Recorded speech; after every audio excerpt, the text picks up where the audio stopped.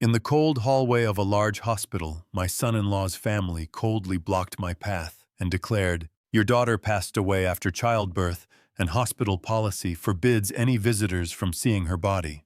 40 years of woodworking taught me one thing: when a joint doesn't fit, something is wrong. And nothing there fit. I pretended to leave, then snuck back in through the side entrance. What I saw through the crack of that hospital room door that night made me rush straight to my truck to make a single call. I only had 20 days left. Thank you so much for joining Dad's Revenge Stories today. I appreciate your support immensely. What city or country are you tuning in from? Let me know below. Please note this story contains creative elements added for entertainment. Any similarity to actual names or places is strictly coincidental, but the takeaway is truly meaningful. I was painting a chair when my world fell apart. It was a Friday morning, October 3rd, and the garage smelled like sawdust and linseed oil the way it always did when I had a project going. 40 years of carpentry leaves a smell in your hands that soap can't touch. I'd started the chair 3 weeks earlier, a simple oak rocker, nothing fancy, just solid and well-made. Diana had always wanted one for the nursery. She'd said so last Christmas, laughing over a catalog, pointing at one that cost $400. I told her I'd build her a better one for free. That was the kind of father I tried to be. The phone rang at 6:47 in the morning. I almost didn't answer. My hands were covered in primer, and I figured it was a telemarketer or one of those robocalls about my car's extended warranty. But I saw Marcus's name on the screen. My son-in-law. Diana was 2 weeks past her due date, and I'd been sleeping light ever since waiting for that call. I grabbed the phone with my cleaner hand. "Walter." His voice cracked on the first syllable. "I'm so sorry. I'm so sorry." My chest went tight. "Marcus, what happened? Is it Diana? Is the baby?" "She's gone." He broke into sobs, heavy gasping sounds that filled the phone line. "There were complications during delivery. They couldn't stop the bleeding. Walter, I'm so sorry she's gone. Diana is gone." I sat down on my workshop stool without meaning to. The paintbrush dropped from my hand and hit the concrete floor, leaving a pale smear. "What do you mean, gone?" My voice came out flat. Not a question. "She passed away 20 minutes ago. The doctors did everything they could. I swear they did, but it happened so fast, and He broke off again into crying. I pressed my palm flat against my workbench. The wood was solid under my hand. Real. I focused on that. "The baby," I said. "What about the baby?" "She's okay. She's in the NICU, but she's stable. Her name is Chloe." A pause. More crying. "Diana picked it." "I'm coming," I said. "I'll be there in an hour." "Walter, wait. The hospital has strict protocols for situations like this. A private bereavement policy. No additional visitors to the patient's room for 24 hours after a loss. It's standard procedure here. They're very firm about it." Something about the way he said it stopped me. Not the words themselves, but the rhythm. Too smooth, too prepared, like a man who had rehearsed his lines. "She's my daughter, Marcus. I know that. But there's nothing to see, Walter. They've already moved her. Please, I'll call you about the arrangements. Just stay home tonight. Grieve with us from there." He hung up before I could respond. I sat in that garage for 3 full minutes, not moving. The chair I'd been painting stood in the corner, half-finished, smelling of fresh primer. Outside, the October sun was already burning off the morning fog, the way it does in Riverside, dry, flat, relentless. A normal California morning. Nothing about that phone call was normal. In 40 years of building things with my hands, I'd learned to trust the small signals. A plank that sounds hollow when you knock it. A joint that looks tight but shifts under pressure. A foundation that appears level but reads wrong on the gauge. Marcus's voice had read wrong on the gauge. He hadn't sounded like a man who'd lost his wife. He'd sounded like a man who'd finished a job. I washed my hands, changed my shirt, and got in my truck. The drive from Riverside to Los Angeles on the 10 freeway takes 45 minutes on a good day. I made it in 38, pushing the speed limit the whole way, jaw clenched so tight my back teeth ached. The San Gabriel Mountains sat brown and sharp to the north under the October sky.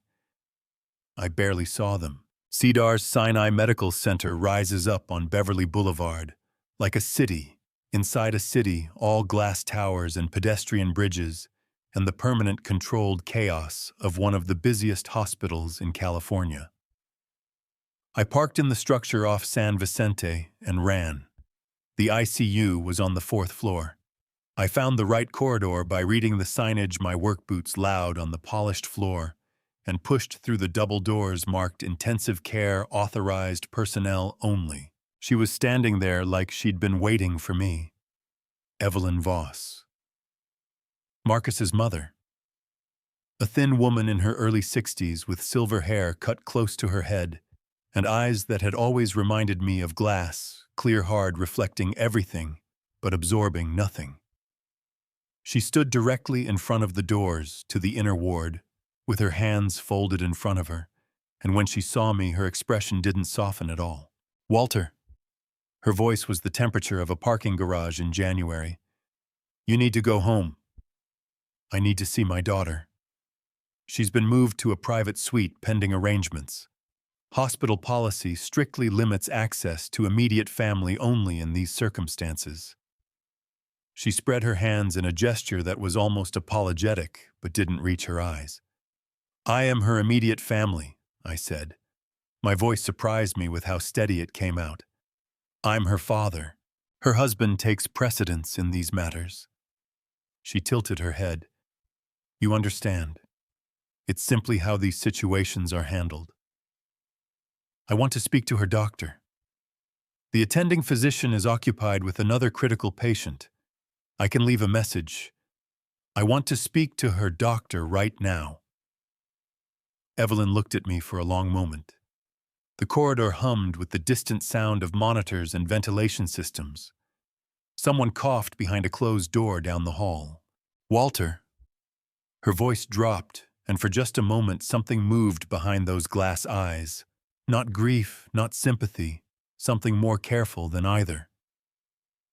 "Diana is at peace. You need to go home and take care of yourself. Marcus will be in touch about the service. He specifically asked that the family be given space to process this privately." She turned and walked back through the inner ward doors. They swung shut behind her with a soft, pneumatic hiss. I stood there. My boots were still dirty from the garage. There was a thin smear of primer on my right wrist I'd missed when I washed up. I turned and walked back to the elevator, pressed the button, stepped inside when the doors opened. The elevator descended. 2nd floor. 1st floor. Lobby. I didn't exit. I pressed the button for the parking structure level and wrote it down. Walked to my truck.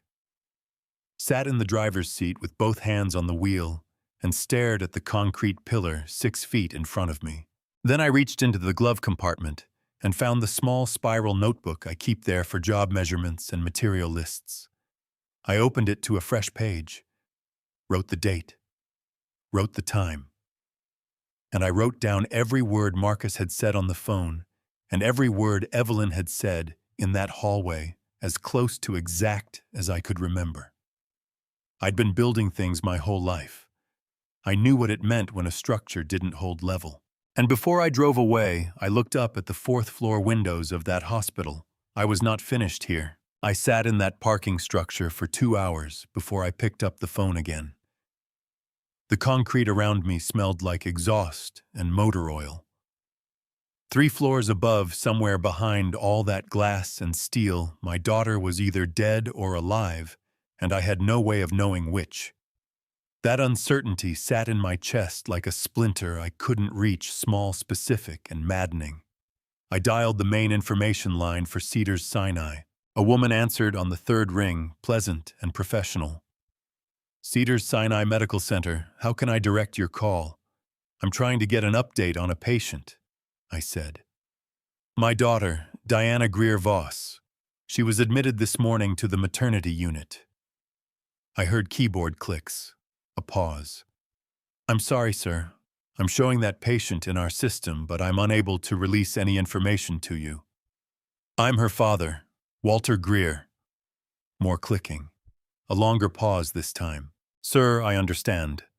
But under our patient privacy protocols, which follow federal HIPAA guidelines, we can only share medical information with individuals who have been designated as authorized contacts by the patient or their legal next of kin. She kept her voice carefully neutral. Your name is not currently listed as an authorized contact for this patient. I made her repeat it. My name is not listed, I said. That's correct, sir. I'm sorry I can't be of more help. She disconnected. I put the phone face down on the passenger seat and pressed both hands flat against my thighs. HIPAA, the Health Insurance Portability and Accountability Act, gives hospitals strict rules about who gets medical information. A husband as legal next of kin has the right to control that list, to add names, to remove them. Marcus had removed mine, possibly before Diana even went into labor. My hands were shaking. I pressed them harder against my legs until the shaking stopped. That evening, Marcus called to invite me to a gathering at the Voss family home in Pasadena. A small group, he said. Close family and friends. To remember Diana and welcome baby Chloe home from the NICU in the coming days. He said it would mean a lot. He said Diana would have wanted it. I said I would come. The Voss house was a craftsman bungalow on a tree-lined street in the Oak Knoll neighborhood, the kind of Pasadena address that told you exactly how much money a family had without them ever having to mention it. The lights were on in every room when I pulled up. Through the front window, I could see people moving around with wine glasses. A gathering for the bereaved that looked uncomfortably like a party. Marcus met me at the door. He was wearing a dark gray sweater, freshly shaved, and his eyes were dry. He gripped my hand in both of his and shook it firmly. Walter, thank you for coming. It means everything.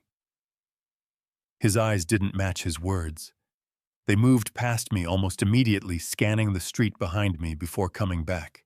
Inside, every seat in the living room and dining room was occupied by members of the Voss family and their circle cousins, neighbors, colleagues of Evelyn's I recognized from Diana's wedding.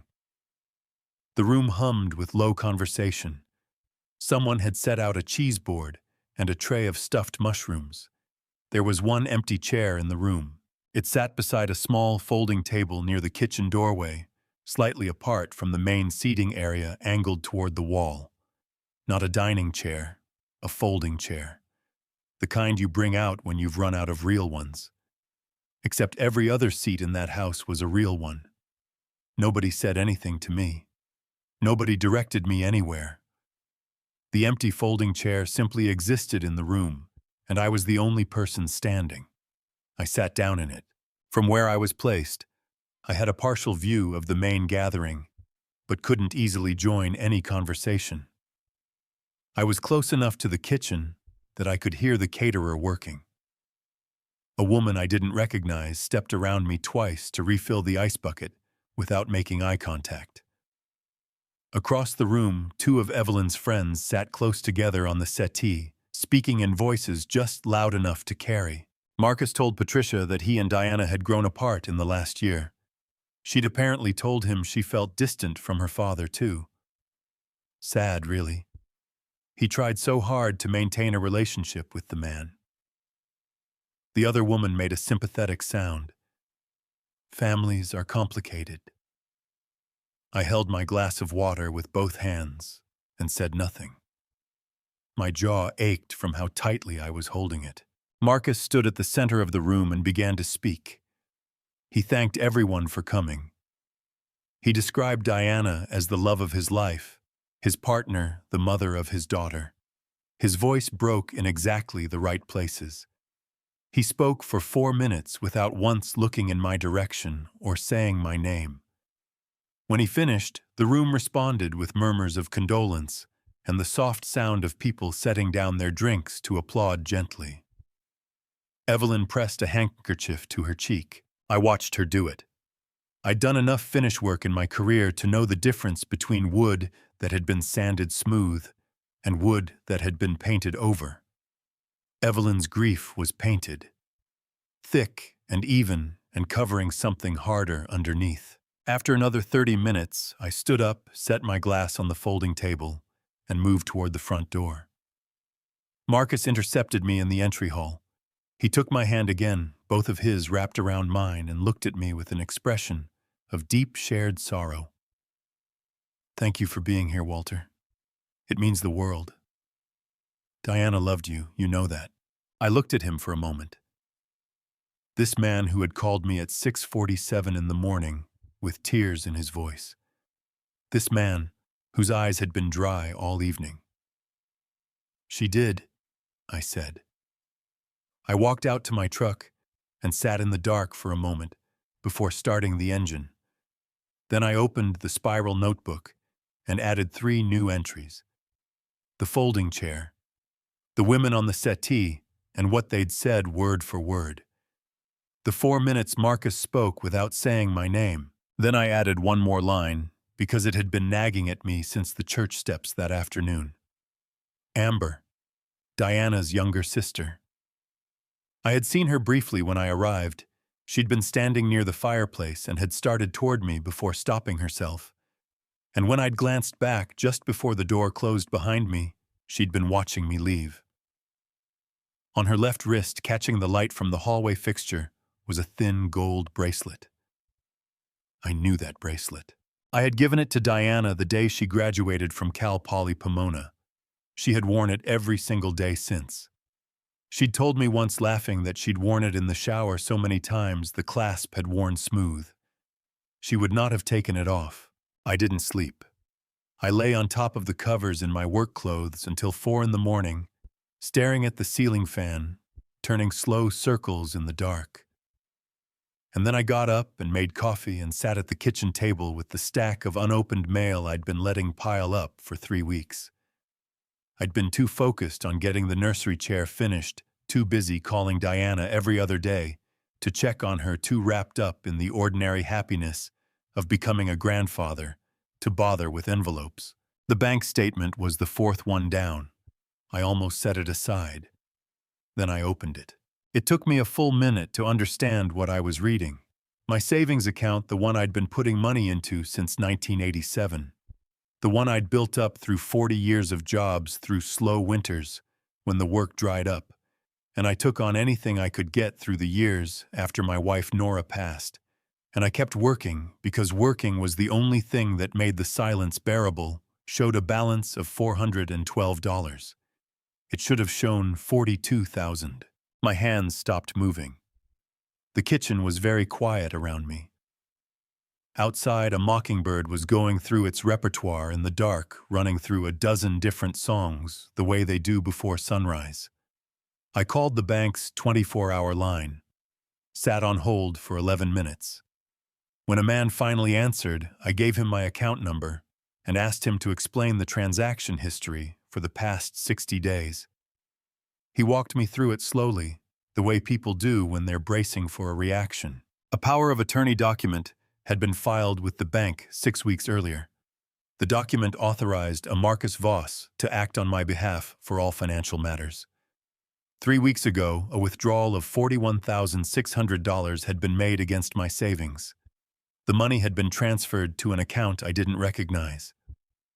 Who authorized that document? My voice was very quiet. Sir, it carries your signature. Notarized. I closed my eyes. I knew exactly when I had signed it. 8 months ago, Marcus had come by on a Sunday afternoon with a folder of papers, casual and unhurried, saying Diana's insurance company needed supplemental financial documentation in case of emergency medical costs during delivery. High-risk pregnancies generated a lot of paperwork, he'd said. He'd flagged the signature lines with sticky arrows the way people do when they want you to sign without reading. I had trusted him. He was my son-in-law. He was the father of my grandchild.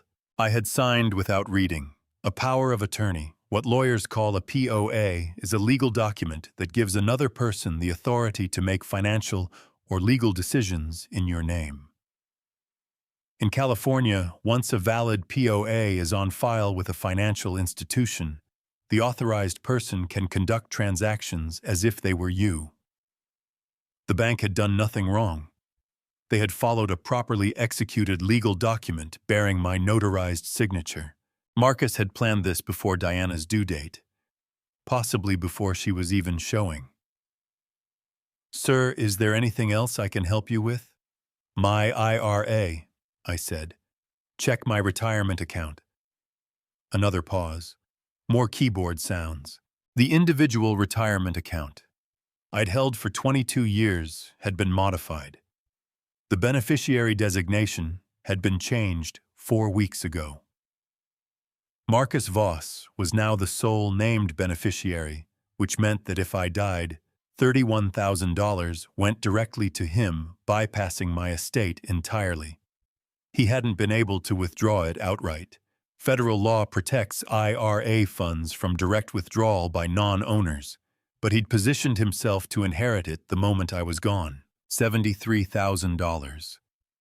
The whole of what I had. I thanked the man and hung up. I sat at that kitchen table for a long time. The mockingbird outside had gone quiet. The first gray light of morning was starting to come through the window above the sink, turning the kitchen the pale color of old newspaper. The knock at the door came at 7:15. Frank Delgado had lived next door for 22 years. He was 71, a retired postal worker, a man who mowed his lawn on Saturday mornings, regardless of weather, and whose truck always smelled like the green chili his wife Rosa used to make before she passed. He was the kind of neighbor who noticed things without making a project of it. If your trash cans blew over in the Santa Ana winds, they'd be upright again by the time you came outside. He never mentioned doing it. He stood on my porch holding a paper bag from the panaderia on Magnolia, the Mexican bakery we'd been going to since our wives were both alive, and he looked at my face for about 2 seconds. "Coffee ready," he said. "Just made a fresh pot." He came in and sat across from me at the table. I poured 2 cups. He opened the bag, conscious pink and white, the sweet bread with the shell pattern on top, that I'd been eating my whole adult life without ever learning the proper name for until Frank told me and set them between us on a paper towel. I spread the bank statements and account documents out on the table. I didn't explain. I just put them there. Frank looked at them without touching them. He drank his coffee. He picked up a concha and ate half of it. Then he looked up at me. "How much?" he said. $73,000, between the savings and the retirement account. Frank set down his coffee cup very carefully. "Marcus," I said. It wasn't a question. "Marcus," he agreed. We sat with that for a minute. The furnace kicked on with a click and a low hum. My house was 62 years old, and the heating system was original to it, loud and reliable like most things built to last. "You going to the police?" Frank asked. I looked at the statements on the table. Then I looked past them through the kitchen window toward the gray October sky above Riverside. "Not yet," I said. Frank waited. "He told me Diana is dead," I said. "The hospital won't confirm anything. Her name is on a death notice online that doesn't mention me once." I pressed my thumb against the edge of the bank statement. "But a man who steals from his father-in-law before his wife's body is cold, that's not grief. That's a plan." Frank's jaw tightened. I need to know if my daughter is really gone, I said. Before I do anything else, I need to know that. The suit still fit, which surprised me. I'd bought it 3 years ago for Diana's wedding. A navy blue wool blend from a department store in Ontario Mills, the nicest thing I'd owned since Nora's funeral. I'd had it dry cleaned once and hung it in the back of the closet, and when I pulled it out Sunday morning, it smelled faintly of cedar from the block I keep on the shelf. I put it on in front of the bathroom mirror and stood there for a moment looking at myself. 68 years old. Gray at the temples and in the beard I'd stopped bothering to shave. Hands that would never look clean no matter how long I scrubbed them. I was going to bury my daughter today. Except I wasn't sure she was dead. My phone buzzed while I was knotting my tie. A number I didn't recognize. I almost let it go to voicemail, then answered. Walt? The voice was male, older, uncertain. It's Gene Paulson, from the Elks Lodge. I read the notice online, and I just wanted to say I'm so sorry about Diana. Thank you, Gene. I didn't know the notice said she passed during childbirth, and it mentioned Marcus and the baby. But I wanted to make sure you knew we were thinking of you. It didn't list you, and I thought maybe it was an oversight. I stopped moving. Could you read me what it says? I asked. The notice. He read it slowly. Diana Marie Greer Voss, beloved wife and mother, survived by her husband Marcus Voss and their newborn daughter Chloe.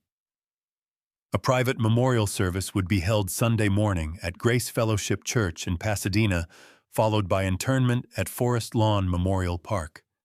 Not one word about her father. Not one word about me. Walt, you still there? I'm here, I said. Thank you for calling Gene. It means a lot. I finished knotting my tie. Frank drove us to Pasadena in his truck because he said I shouldn't be driving, and he was right.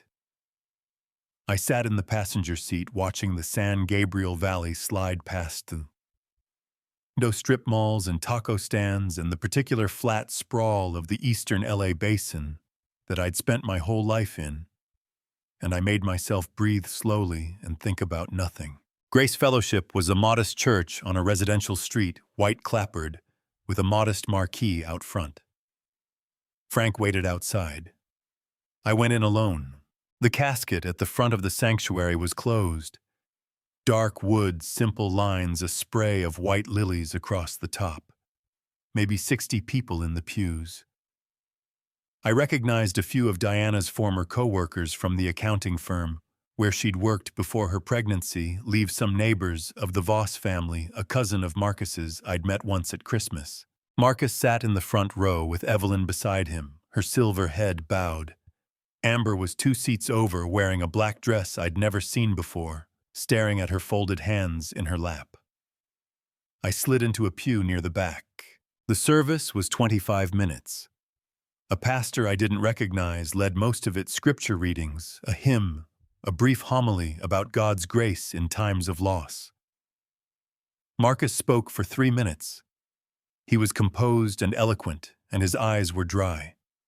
Evelyn did not speak. A co-worker of Diana's read a short poem. At no point did anyone ask if her father wanted to say anything. When it ended, I stood and moved toward the side door. A hand caught my elbow. Mr. Greer. The man was in his mid-60s, broad-shouldered, wearing a well-worn black suit that had clearly seen many funerals. His face was deeply lined, and his hair was close-cropped and silver-white. He had the kind of eyes that had listened to a great deal of grief over many years and hadn't looked away from any of it. Pastor Raymond Webb, he said, keeping his voice low. I officiated Diana and Marcus's wedding. I've been hoping to speak with you. He steered me gently toward a small side room off the narthex, a room with 2 chairs and a window, looking out onto a courtyard where a jacaranda tree had dropped purple blossoms across the flagstones. He closed the door. Diana came to see me, he said. About 6 weeks before her due date. She came alone, which was unusual enough that I remembered it. She seemed frightened, though she was trying not to show it. He paused. She said she was afraid something might happen. Something she couldn't name clearly, but that she felt in her bones. My chest tightened. What did she ask you to do? He reached into the inside pocket of his jacket and produced an envelope. Letter-sized, sealed my name written on the front in Diana's handwriting, her careful printing the same hand that had made me Father's Day cards in crayon for 15 years. She asked me to keep this, he said. She was very specific about the condition. She said, and I'm giving you her exact words, because I wrote them down afterward, she said, "Only give this to my father if I can no longer speak for myself."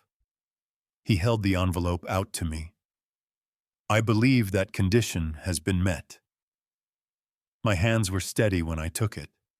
I don't know how. I opened the envelope carefully, the way you handle something you know matters. Inside were 2 items. The first was a photocopy of a document I didn't recognize, legal formatting, multiple pages with a notary seal on the last page. I didn't read it there. I folded it and put it in my jacket pocket. The second item was a single sheet of notepaper, Diana's printing again, just 4 lines. Dad, if you're reading this, something went wrong. I don't know what yet. But I know you. Don't stop fighting. Whatever they tell you, don't stop. I love you more than I know how to say. I read it twice. Then I folded it along its original crease and held it in my closed hand for a moment, before putting it with the other document. Thank you, I said to Pastor Webb. My voice came out rough. I'll pray for her, he said simply. And for you. I walked back out through the narthex into the October sunlight. Frank was leaning against his truck with his arms crossed, watching the parking lot empty out. When he saw my face, he straightened up but didn't ask. I was almost to the truck when I heard quick footsteps behind me. Amber. She'd come around the side of the building away from where Marcus and Evelyn were accepting condolences near the front entrance. She looked thin and pale in her black dress, and her eyes were red-rimmed in a way that looked genuine, unlike everything else I'd seen that day. She started to reach for my arm. Then she stopped. Her gaze jumped past me to somewhere over my shoulder, Marcus, I assumed, or Evelyn, and the reaching hand pulled back to her side. She looked at me for just a moment, her mouth working like she was trying to find words that wouldn't come. Then she turned and walked quickly back the way she'd come. I watched her go. On her left wrist, the gold bracelet caught the afternoon light. I got in Frank's truck and took Diana's note out of my pocket and read it one more time. Don't stop fighting. I wasn't planning to. I parked 2 blocks from the hospital and sat in the dark for a while, working up what I needed to work up. I am not a brave man by nature. I am a careful man. There is a difference. Brave men charge at things. Careful men study the grain of the wood before they cut, because a cut made wrong cannot be uncut. What I was about to do was reckless by any reasonable measure, trespassing in a private hospital, evading staff entering a restricted unit. I knew that. I sat with it for 10 minutes, and then I got out of the truck. I'd thought about how to do this for most of Sunday night and all of Monday. I wasn't going to try to bluff my way past anyone. I wasn't carrying false credentials or spinning elaborate stories. What I had was a windbreaker Frank had left in my truck months ago, dark green anonymous, and a plain black cap from the hardware store, and 40 years of experience moving quietly through spaces where I was working and other people were living. Carpenters learn early to be invisible on a job site. You become part of the background. People stop seeing you. The side entrance on the north end of the building, a staff access door near the physical therapy wing, was propped open with a rubber wedge.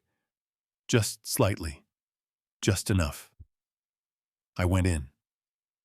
The stairwell was bare concrete and fluorescent light, utilitarian and empty at that hour.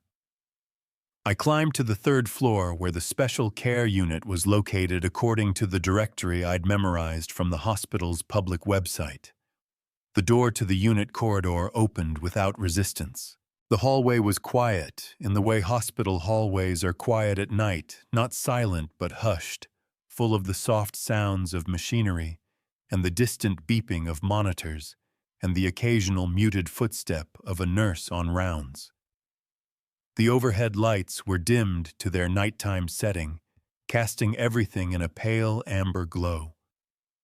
Room 318 was at the far end of the corridor. I moved along the wall, head down, pace unhurried. A man walking with purpose in a hospital hallway is invisible. A man who looks lost gets stopped. I had learned that from nothing in particular, just from paying attention to how the world works.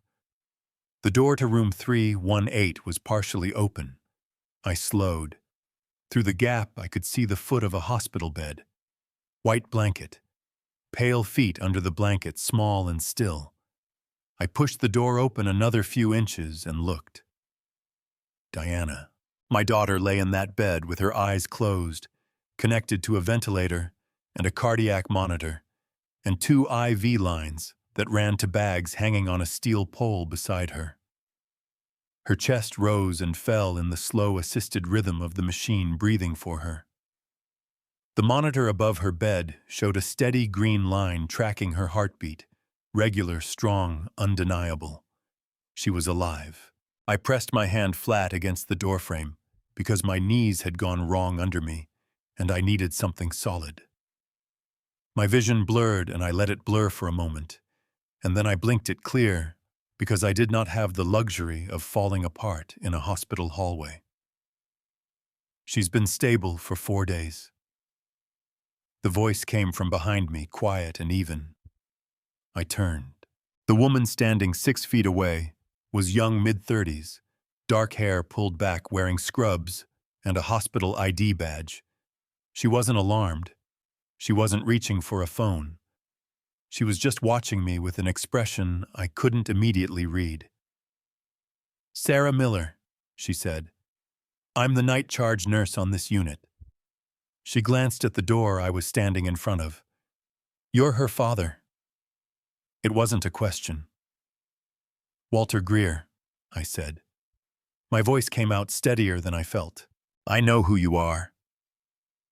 She folded her arms across her chest, not in a hostile way, more like she was settling into a conversation she'd been thinking about.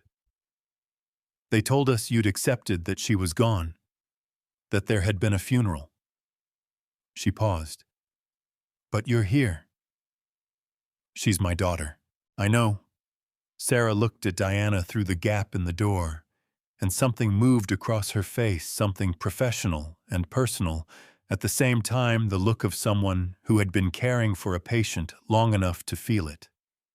The attending on record has classified her as persistent vegetative state, but her neurological responses are inconsistent with that classification. I've documented 3 instances of involuntary stimulus response in the past week that weren't included in the formal chart notes. I looked at her carefully. "Why are you telling me this?" She met my eyes directly. "Because I have a father too," she said. "And because what's in that chart isn't the whole truth, and I've been waiting for someone to come looking for it." I exhaled slowly. "Will you report me?" "I didn't see anyone in this hallway," Sarah said. She reached past me and pulled room 318's door to its original position, not closed, not open exactly where it had been. "The door tends to drift," she added. "I'll make a note to have maintenance look at it." She walked back to the nurse's station without another word. I stood outside my daughter's room for a long time. I talked to her through the gap in the door, keeping my voice barely above a breath. "I'm here, baby," I said. "I know you can't answer, but I'm here and I'm not leaving, and I need you to hold on a little longer while I figure this out." The monitor beeped its steady rhythm. Diana's chest rose and fell. Then Sarah appeared at the end of the corridor and gave me a small nod toward the stairwell. Someone was coming. I moved. In the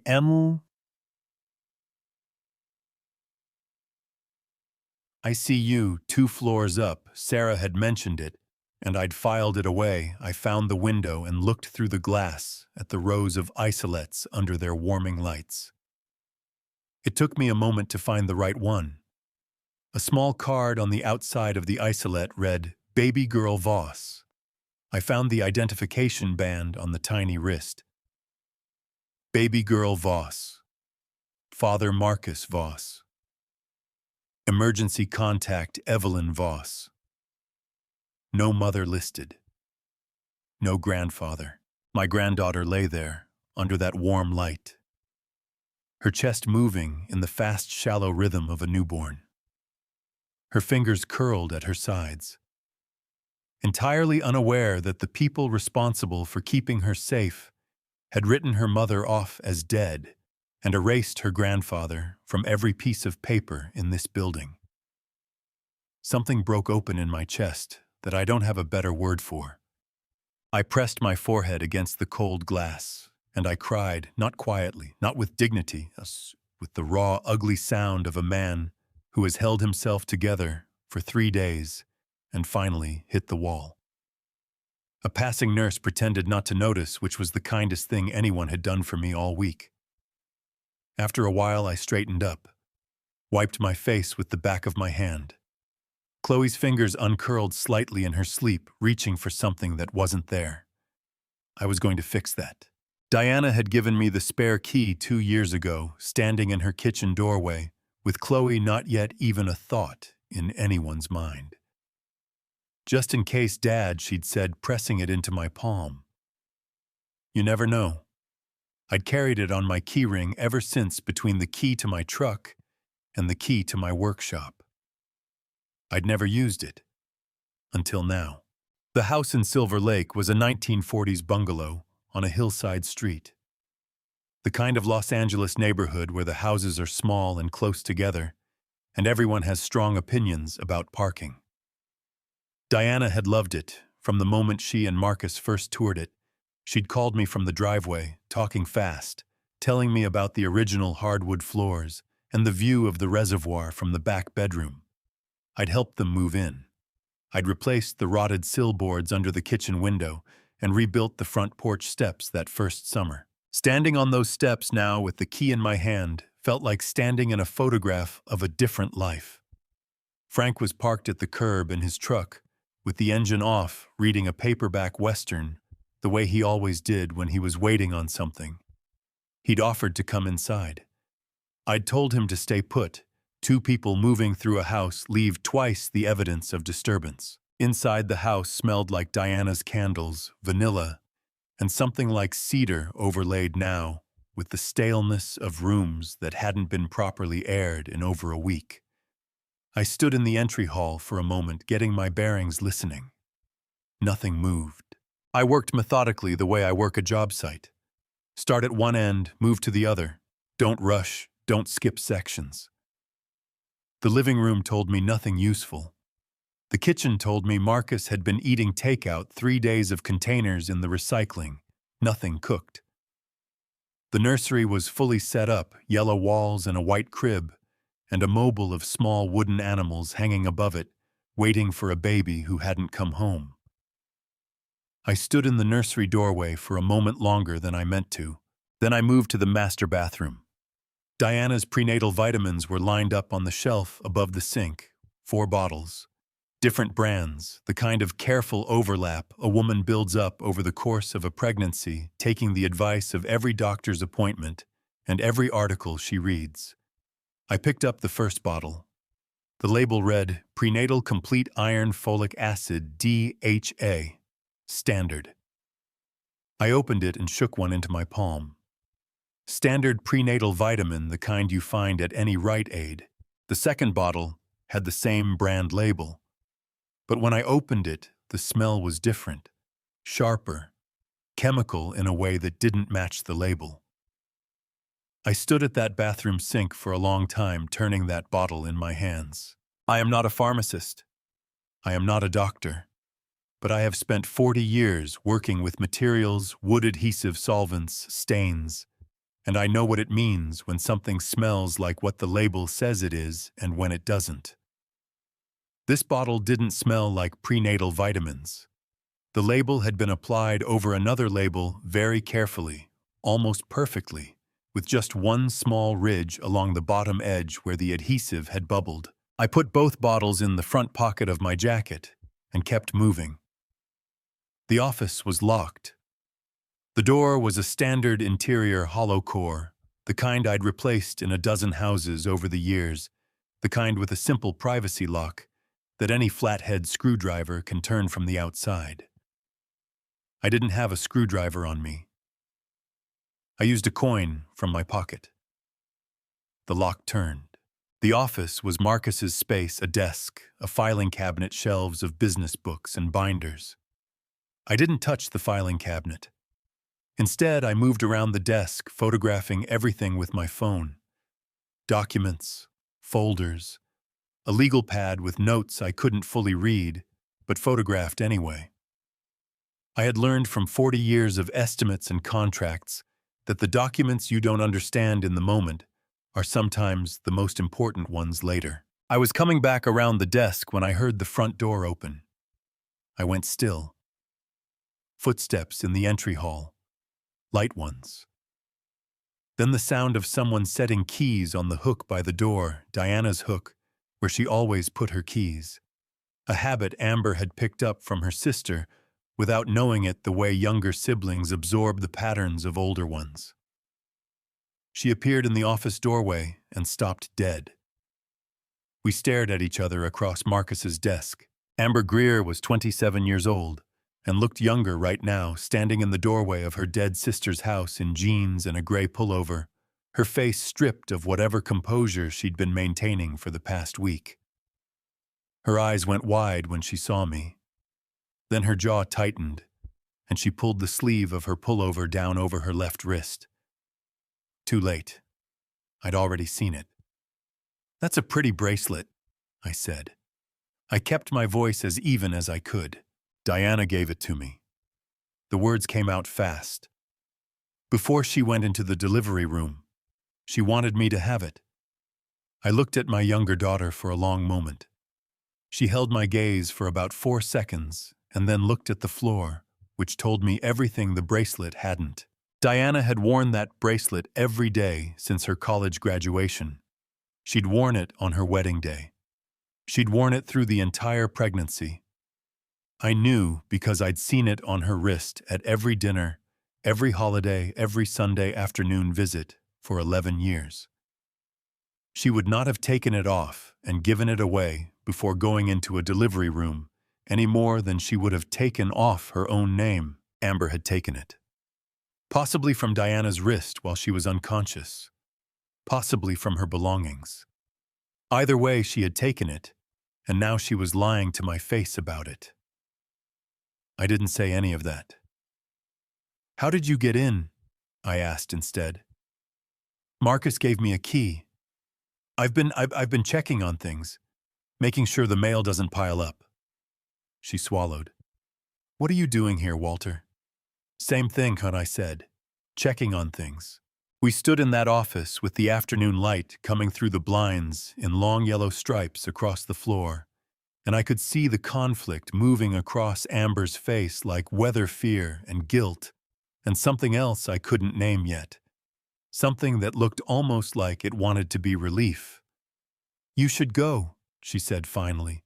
"Marcus wouldn't want—" "I know what Marcus wants," I said quietly.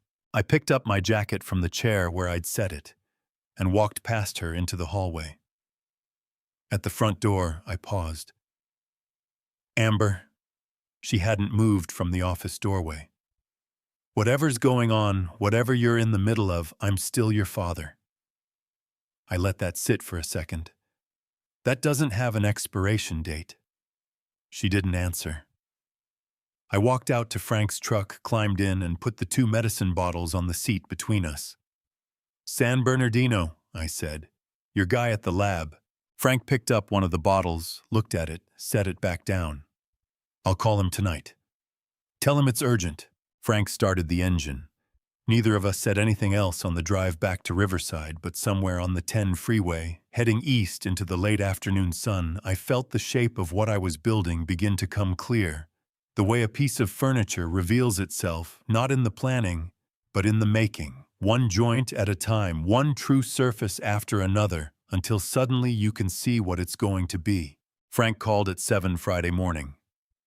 "Results are back," he said. "My guy pushed it through overnight. You need to come see this in person, Walt. Don't want to say it over the phone." I was already dressed. I'd been up since 5, sitting at the kitchen table with the documents I'd photographed in Marcus's office spread across my laptop screen, trying to make sense of legal language that kept sliding away from me. I told Frank I'd pick him up in 10 minutes. The drive to San Bernardino took 40 minutes on the 210 east through the Inland Empire, where the suburbs thin out, and the mountains come closer, and the air smells like dry grass and distance. Frank rode with his arm out the window the whole way, not talking. He knew I needed the quiet. The lab was a small private testing facility on a commercial street near Cal State San Bernardino, the kind of place that does water quality testing and food safety analysis, and apparently pharmaceutical composition work for people who know the right person to ask. Frank's contact was a compact man in his 50s named Ray, who shook my hand with a grip like a cabinet door and led us back to a small office behind the main lab floor. He put a printed report on the desk between us. "Both bottles," he said, pointing. "First one standard prenatal vitamin, iron folate DHA B12. Exactly what the label says." He moved his finger to the second column. "Second bottle, different story entirely. Primary active compound is a combination of pseudoephedrine derivatives and a vasoconstricting agent. In plain language, something that constricts blood vessels and elevates blood pressure significantly. In a pregnant woman, sustained use could cause gestational hypertension, placental abruption, or hemorrhagic complications during delivery." The room was very quiet. "How long would someone need to take it?" I asked.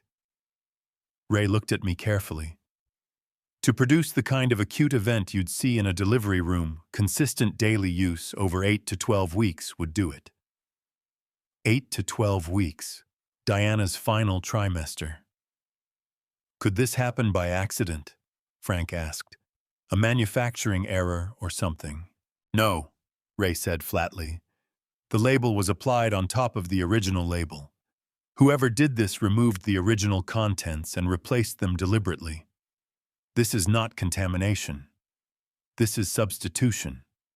I picked up the report and folded it and put it in my jacket pocket next to where I'd been keeping Diana's note for the past 5 days.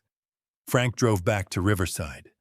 I called David Ross from the passenger seat. David Ross had been our family's attorney for 19 years. He'd written Nora's will, handled the deed transfer. When I paid off the house, reviewed the contract when Diana's firm offered her a partnership track. He was 64 years old, a trim man with reading glasses perpetually pushed up on his forehead, and he had the particular quality of stillness that good lawyers develop the ability to hear genuinely alarming information without letting his face announce it before his brain had finished processing it. He was at my kitchen table by 7 that evening.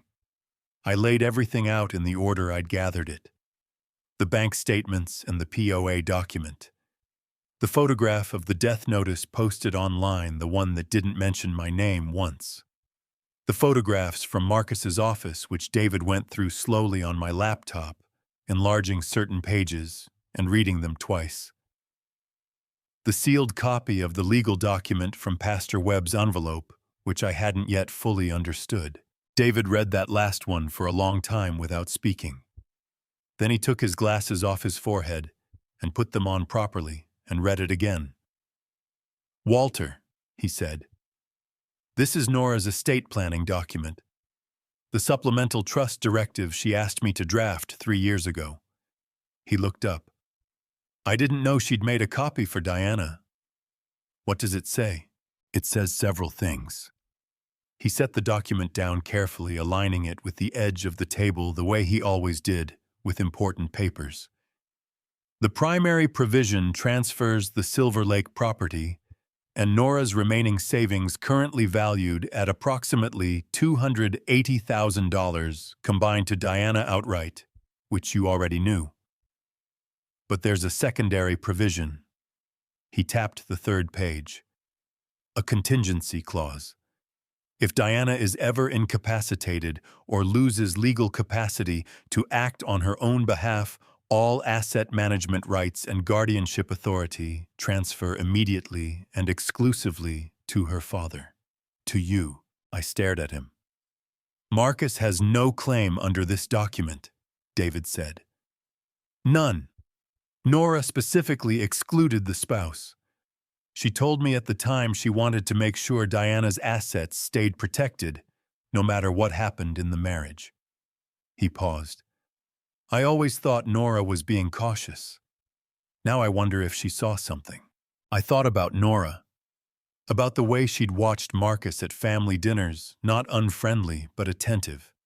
The way she'd asked Diana quietly once whether she was happy. Diana had said yes and changed the subject. There's more, David said. He'd opened his own laptop and was pulling up something from his records. I want to show you something I found when I started reviewing Marcus's financial history after you called me yesterday. He turned the screen toward me. Bank transfer records. Monthly. $800 moving from an account registered to Marcus Voss to an account registered to Evelyn Voss. 12 consecutive months. Starting 11 months ago, 3 months before Diana became pregnant. He's been paying his own mother $800 a month for almost a year, David said. That's not a gift. That's a retainer. For what? I don't know yet. But combined with everything else on this table, David took his glasses off again and rubbed the bridge of his nose. Walter, what you have here is the beginning of something. It's not enough on its own. A lab report from a private facility, photographs from a house you have arguable access to, a bank record that's suggestive but not conclusive. He looked at me steadily. We need something that puts his voice on record, his words, his intent stated out loud. I know, I said. How are you going to get that? I looked at the table covered in paper, 40 years of a man's careful planning, laid out in documents and photographs, and the quiet, devastating logic of money moving where it shouldn't. Outside, the Santa Ana winds were picking up, rattling the old windows of my house the way they did every October, hot and dry and smelling like the desert. I'm working on it, I said. David nodded slowly. He began gathering the documents into a folder he'd brought, making copies of everything on the small printer I kept in the spare room. While he worked, I sat and thought about Evelyn Voss pressing a handkerchief to her cheek at Diana's wedding. About $800 a month for 11 months. About what a woman will do for that kind of steady money when she needs it badly enough. I thought about the folding chair in the corner of her son's living room. David, I said, the contingency clause in Nora's document, how quickly can you activate it if we needed to move fast?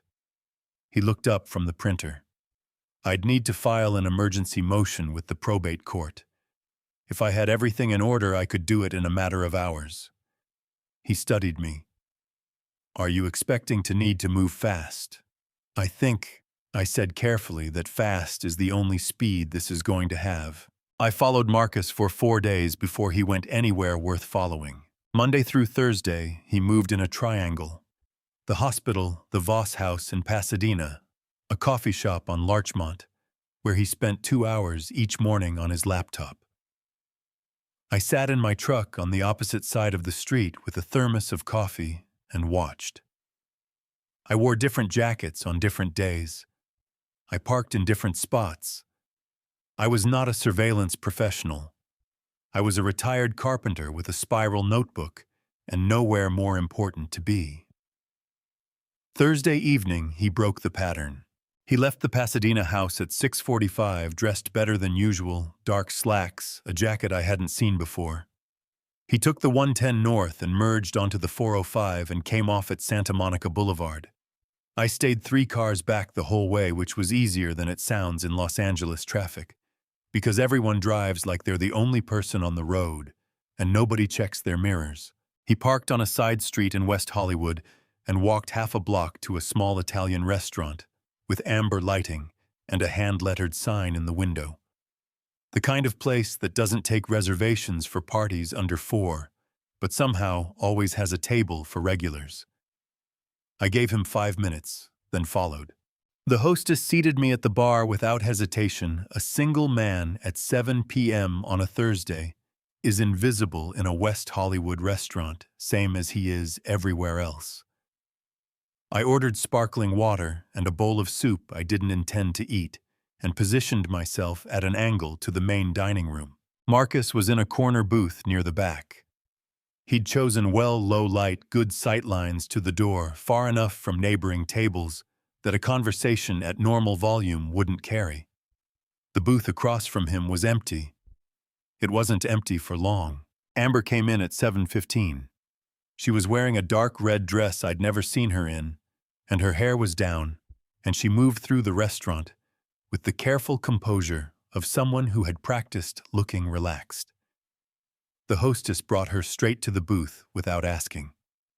She'd been here before. My younger daughter slid into the seat across from my son-in-law, and he reached across the table and covered her hand with his.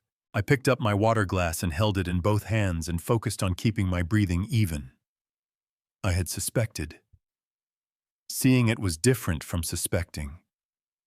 Seeing it in the amber light of a restaurant on a Tuesday evening while my older daughter lay in a hospital bed 3 miles away was a different category of thing entirely, and I sat with the full weight of it for about 30 seconds before I put it somewhere I could deal with later and focused on what I was there to do. Marcus had set his phone on the table screen up the way people do when they're expecting a call, but don't want to seem like they're expecting a call. He and Amber were talking, leaning slightly toward each other, their voices too low to reach me from the bar. I watched the phone. Waited. 15 minutes in, Marcus stood and excused himself. The restrooms were at the back, past the kitchen. He set his linen napkin on the table and walked away without touching his phone. I moved. Not fast. Not conspicuously. I picked up my water glass and walked toward the back of the restaurant, like a man looking for the men's room himself, taking the route that brought me within 3 feet of their booth. I glanced down at the phone as I passed. The screen was lit, no lock active yet. The wallpaper image was a photograph, 2 people standing in front of rows of grapevines, a mountain visible in the distance. Afternoon light, making everything look golden and deliberate. Marcus on the left, Amber on the right. His arm around her shoulders, both of them laughing at something outside the frame. I kept walking to the restroom used. It came back to the bar. Sat down. Wrote September 6th and Napa Valley and the timestamp in my notebook while the details were still sharp. My hand was steady on the pen. I was proud of that. Marcus returned to the booth. The conversation resumed. I ate 3 spoonfuls of soup and listened to what I could catch, which wasn't much fragments, a name here and there, the word, account, twice the word, settled once. Then Marcus's voice dropped, and I caught a full sentence because he leaned back and his voice carried differently for a moment. By the time everything settles, I'll put your name on the account. We start over somewhere new. San Diego, maybe. Or Portland. Amber looked at her wine glass. What about Chloe? A pause. Then Marcus, very even, she'll be fine. Kids adapt. I set my spoon down. Kids adapt. Said about a newborn girl whose mother was lying in a hospital bed because this man had spent a trimester replacing her prenatal vitamins with something designed to hurt her. Said, in the same tone you'd use to discuss changing phone carriers or picking a different route to work. I paid my bill in cash and left before they did. Sitting in my truck on the side street, I opened my notebook to the page where I'd been building my list since October 3rd. I wrote down the sentence about the account. I wrote down kids adapt. I wrote down the timestamp on the phone.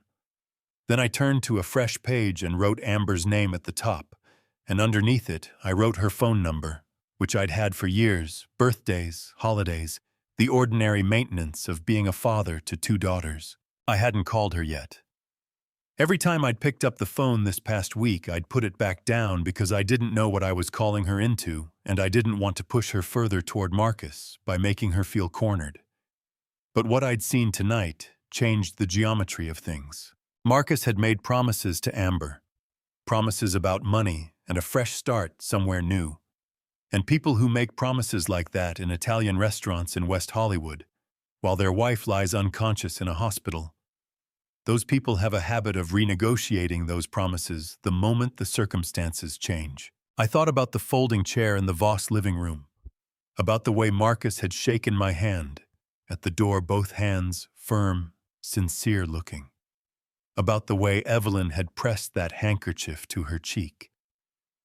These were people who had decided what the story was going to be, and they were very good at performing it. The question was what happened when the story stopped being useful. I started the truck and pulled out into the West Hollywood night, the city glittering in every direction, the way it does when you're driving through it alone and not quite sure if what you're feeling is grief or fury or something that's been both of those things for so long, it's become something else.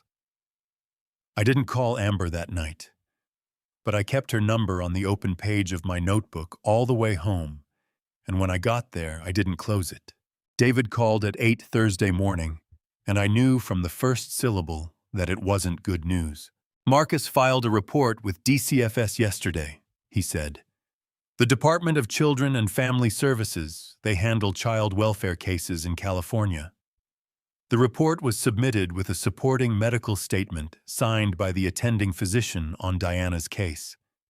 It states that Chloe requires specialized developmental care that a single father in Marcus's circumstances cannot adequately provide, and it requests temporary foster placement in a licensed facility outside Los Angeles County. I sat down at the kitchen table. The coffee in front of me was still hot. I stared at the steam rising off it. He's trying to move her, I said. He's trying to move her somewhere you can't easily get to her, David said. Orange County, possibly Riverside. Once DCFS processes the request and a placement is arranged, visitation becomes complicated. And if Chloe is placed in the foster system even temporarily, the legal process to recover guardianship gets significantly harder. He paused. The medical statement is the problem. If the attending physician has signed off on developmental concerns, DCFS treats it as credible on its face. They don't investigate the doctor's credibility. The attending physician is the one Marcus bought, I said. Almost certainly, but we need to prove that independently. Another pause. Walter, how quickly can you get me something with Marcus's voice on it, stating his intentions directly? After I hung up, I sat at that table for a long time thinking about Chloe and her isolette, about the identification band on her wrist, about the way her fingers had reached for something in her sleep. Then I called Frank. He showed up 40 minutes later with a brown paper bag from the hardware store. Not the panaderia this time, just a plain bag with a small cardboard box inside. He set it on the table without ceremony. Micro audio recorder, he said. My nephew uses them for his college lectures. Records up to 72 hours motion-activated runs off a battery the size of a thumbnail. He reached into the bag again and produced a small stuffed bear brown, the generic kind sold in hospital gift shops. I already put it inside. The seam is barely visible if you don't know what to look for. I picked up the bear and turned it over in my hands. Soft, anonymous, the kind of thing that belonged in a NICU without drawing a second glance. You sew? I asked. Frank shrugged. Rosa taught me. came in handy more than once. I thought about Rosa, about Frank sitting alone in his house on the other side of the fence for the past 4 years, mowing his lawn on Saturday mornings, and bringing conchas to people who needed them, and apparently sewing hidden microphones into stuffed animals when the situation called for it. "Thank you," I said, and I meant it for more than the bear. That evening, Sarah met me at the side entrance, the same propped door, the same rubber wedge like a small ritual we'd developed.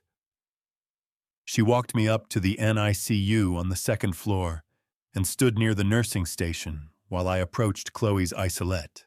My granddaughter had grown in the 2 weeks since I'd last seen her through the glass. Her face had filled out slightly, the newborn scrunchiness softening into something more recognizably human. She was awake, her dark eyes moving slowly around the overhead lights, the way newborn eyes do, cataloging the world one fluorescent tube at a time. I set the bear in the corner of the isolette, tucking it against the padded side where the nurses sometimes put comfort objects for the babies. It looked right. It looked like it belonged there. Sarah walked past without stopping, glanced at the bear, glanced at me, and kept moving. 2 days later, on Saturday the 18th, Frank came over after lunch and we sat at the kitchen table with his nephew's laptop and a set of earbuds transferring the audio file from the recorder. The first several hours were ambient hospital sound, beeping monitors, ventilation hum, the soft voices of nurses on rounds, a television playing somewhere down the hall. I fast-forwarded through most of it. Then, at the 11-hour mark, voices. 2 voices close to the isolette. I turned up the volume. Evelyn first, low and precise. "You need to move faster on the DCFS filing. The longer that baby stays in this hospital, the more opportunities there are for complications." Marcus tighter than I'd ever heard him. I filed it. They said 2 weeks minimum for processing. 2 weeks is too long. Call your contact and push it. My contact at DCFS is not someone I push, mother. That's not how this works. A pause. Then Evelyn again, shifting subjects the way she did, smooth without warning. "What about the father-in-law, Walter?" "What about him?" Marcus said. "Has he stopped making noise? He came by the house once. Diana's house. I don't know what he was looking for." "He's looking for a reason," Evelyn said. "That's what men like that do, they look for reasons." Her voice dropped slightly. "Make sure he doesn't find one." Silence for a moment. Then Marcus quieter. "You'll get the rest of what I owe you when this is finished." "I told you that." Evelyn's voice came back sharp. "You told me $800 a month. You did not tell me I'd be sitting in ethics committee meetings making statements about my daughter-in-law's mental state. That is not what $800 buys, Marcus. It's what it's buying now. Then the price goes up." I pressed stop. Frank and I sat in the kitchen without speaking. Outside, someone was running a leaf blower 2 streets over the sound, rising and falling with the wind. "She's been making statements to the ethics committee," I said. "Formal statements about Diana's mental state." "I heard it. That's how they've been blocking any independent review. Evelyn goes in as the grieving mother-in-law, a credible witness, and tells them Diana expressed wishes about end-of-life care." I pressed my palms flat on the table. "She's been doing it for weeks." Frank picked up his coffee cup, found it empty, set it back down. "Is the recording enough?" I thought about what David had said. California's 2-party consent law meant recordings made without all parties' knowledge were legally complicated, strong enough to guide an investigation, not always strong enough for court on their own. The recording told us what Marcus and Evelyn were doing. It didn't replace the need for independent evidence to confirm it. "It tells us where to look," I said. "David can subpoena Evelyn's statements to the ethics committee through proper channels. If her statements are on official record and they contradict the medical evidence, I stopped. We need one more thing. We need someone on the inside to break. Frank looked at me steadily. You're thinking about Amber. I didn't answer right away. I looked at the notebook sitting open on the corner of the table. Her name still at the top of that page where I'd written it Tuesday night. I think, I said slowly, that Marcus made her a promise in that restaurant. And I think he's the kind of man who stops keeping promises the moment he doesn't need to anymore. I reached for the notebook and picked up my pen. Amber, I wrote at the top of a fresh page.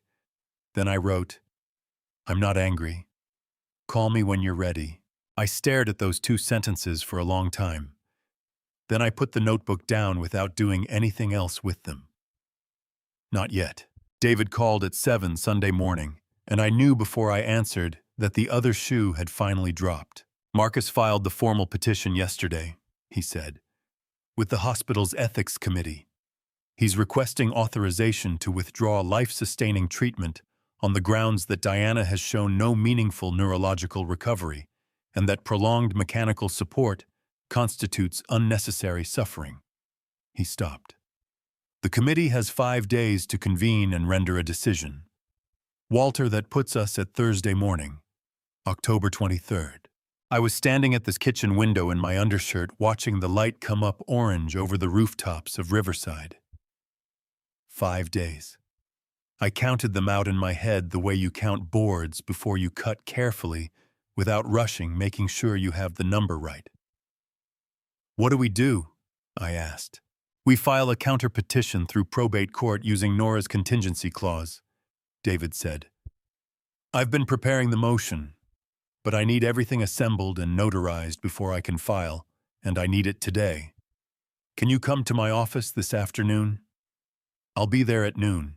I spent the morning going through everything on my kitchen table one more time. The bank statements, the lab report, the photographs from Marcus's office, the recordings from Frank's laptop transferred to a secure drive, the documents from Pastor Webb's envelope. I made a checklist, the way I make material lists for a job item by item, nothing assumed, nothing left to memory. By 11, I had everything sorted into a folder David had given me the week before, tabbed and organized. At David's office in Riverside, we worked for 3 hours. He reviewed each piece of evidence, dictated notes to himself, flagged the items that needed independent corroboration and the ones that could stand on their own. He drafted the emergency motion for the probate court, which would ask a judge to recognize Nora's contingency clause and transfer guardianship authority to me, immediately superseding Marcus's standing as Diana's spouse. If the probate court grants this, David said, sliding the draft across the desk, Marcus loses his legal authority to make medical decisions for Diana. The ethics committee petition becomes void. How fast can we get a hearing? Emergency motions can move quickly. If I file first thing Monday morning and cite the October 23rd deadline, I can argue for an expedited hearing. He looked at me over his glasses. It depends on the judge.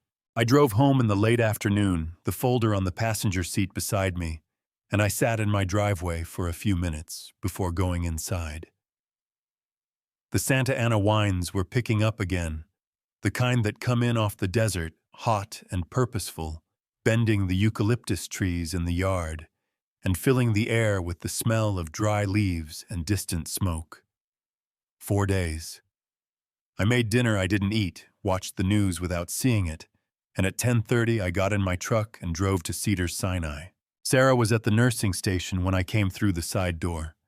She saw me stood, and without a word walked ahead of me down the corridor to room 318. She pushed the door open 6 inches and stepped back. I went in. Diana lay as she always did, the machines breathing for her, the lines running into her arms, the monitor tracing its green line above her head. But in 20 days of coming here, I had learned the particular rhythm of this room, the exact pitch of each machine, the precise interval between the ventilator's cycles. This room had become as familiar to me as my own workshop. I pulled the chair to the side of her bed and sat down. I took her hand carefully, the way you handle something you're afraid of damaging. Her hand was warm. It was always warm. I had to remind myself every time that warmth wasn't the same as presence.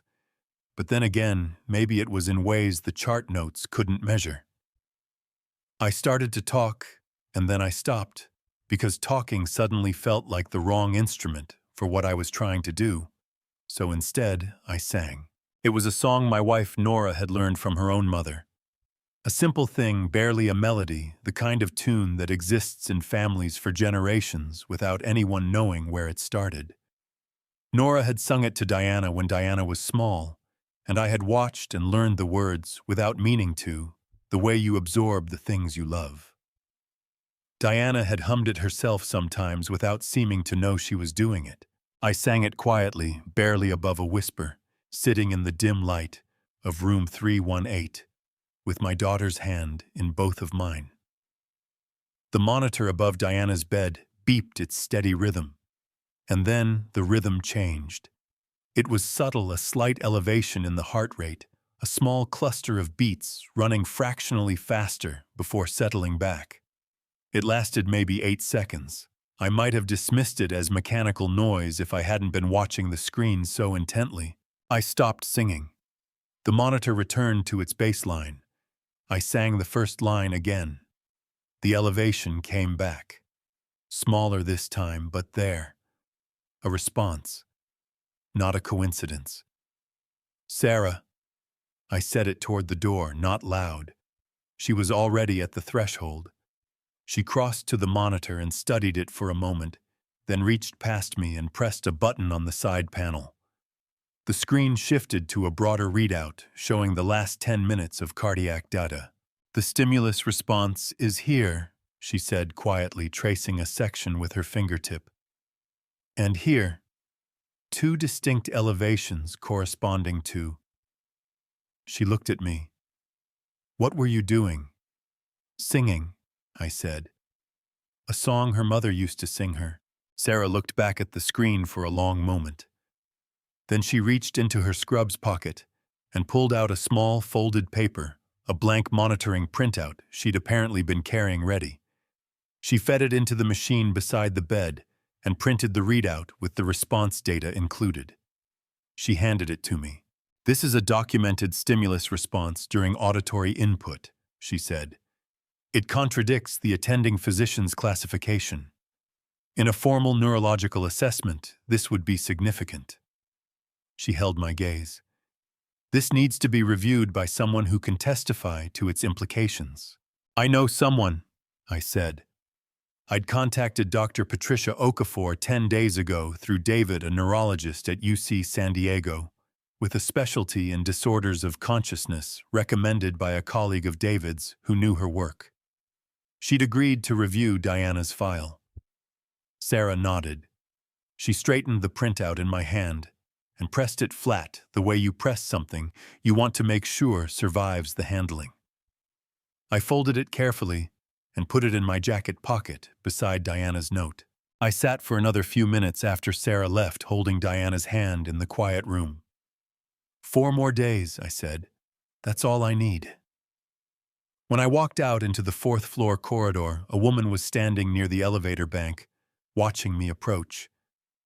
She was tall, somewhere in her mid-50s, wearing a gray blazer over a dark blouse with close-cropped natural hair, and the particular stillness of someone accustomed to waiting in hospital hallways without letting hospitals unsettle them. She extended her hand. Mr. Greer, she said, I'm Dr. Patricia Okafor. I reviewed the file your attorney sent me. She held my gaze directly. I think we need to talk right now. She didn't waste time on pleasantries. Dr. Patricia Okafor steered me toward the family waiting area at the end of the corridor. 4 chairs and a low table under fluorescent light. The kind of room that has absorbed a great deal of difficult news over the years and shows it in the worn upholstery and the box of tissues on the table that nobody ever moves.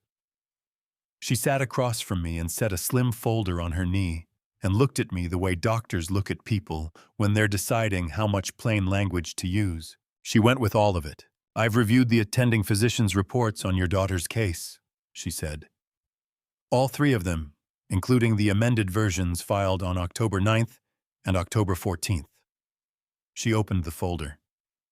His classification of persistent vegetative state is not supported by the neurological data in the file he himself submitted.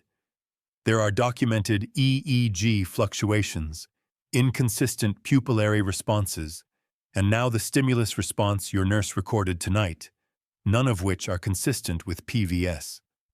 They are, however, consistent with what we call minimally conscious state. What's the difference, I asked, between the two? Persistent vegetative state means there is no meaningful brain activity, no awareness, no response, no possibility of recovery. It is for legal and medical purposes a permanent condition. She held my gaze. Minimally conscious state means the patient retains some degree of awareness and the capacity for purposeful response. It is critically a condition from which patients can and do recover, sometimes partially, sometimes fully. She paused. The two diagnoses are not similar. They are not interchangeable, and the difference between them determines whether a family can legally withdraw life support. The waiting room hummed around us. Down the hall, a monitor beeped its patient rhythm. The attending physician on Diana's case diagnosed PVS, I said. He did, and his diagnosis is, in my professional opinion, incorrect. Dr. Okafor closed the folder. I'm willing to submit a formal independent assessment to the ethics committee contradicting his findings.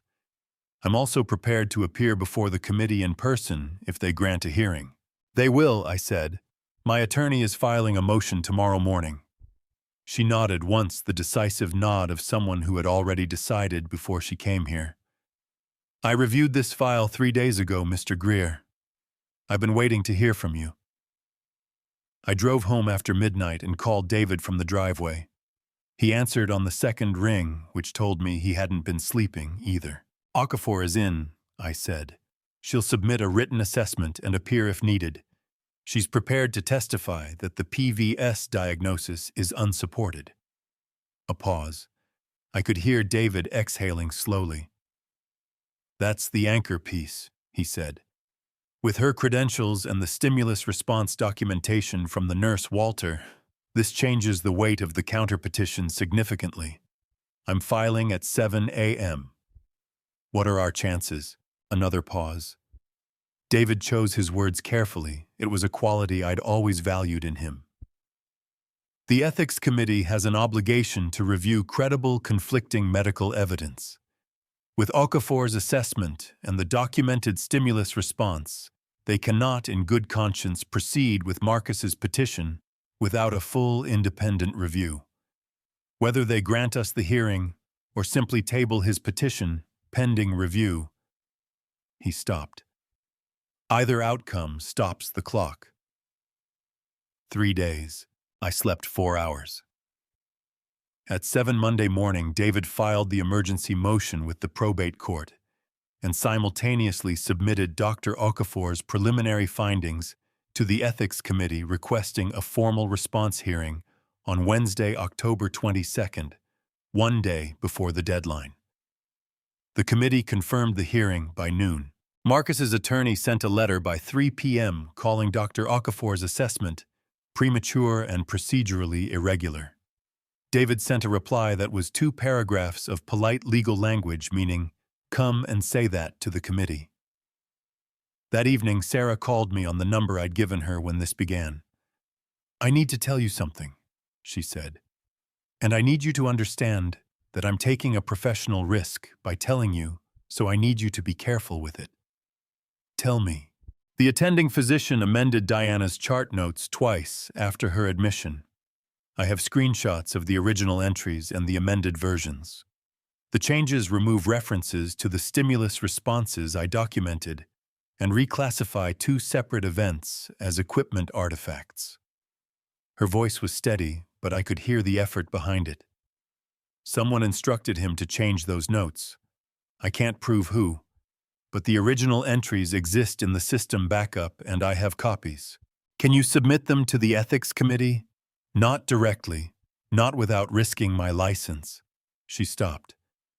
But your attorney can subpoena the system backup through the hospital's legal department. Once subpoenaed, the records become part of the official proceeding, and I can testify to what I observed without it being traced back to me as a source. I wrote it down, every word. Sarah, I said, why are you doing this? She was quiet for a moment. I've been in that room with her for 3 weeks, she said. I've watched the way her vitals shift when certain music plays through the hallway speakers. I've documented responses that keep disappearing from the chart. I've watched a physician I used to respect sign documents I know he doesn't believe in. Another pause, shorter this time. I became a nurse because I believe in what the body is trying to tell us. And her body has been talking. Nobody in that hospital has been willing to listen. Her voice steadied. You've been listening. I couldn't answer that. I just wrote down what she'd told me and read it back to her and to make sure I had it right. And she confirmed it.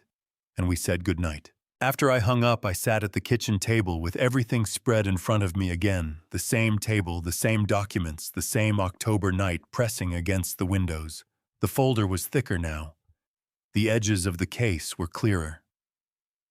David had the motion filed. Dr. Okafor had her report ready. Sarah had given us the path to the amended chart notes, 2 days until the ethics committee hearing, 3 until the deadline. I picked up my phone, opened the messages, found the draft I'd written 9 days ago, and never sent the one that had been sitting in my drafts folder since the night I came home from West Hollywood with Amber's number on the open page of my notebook. Amber, this is Walter. I know you're scared. I'm not angry. I just need you to know when you're ready to talk, I'm here. I read it twice. Then I pressed send.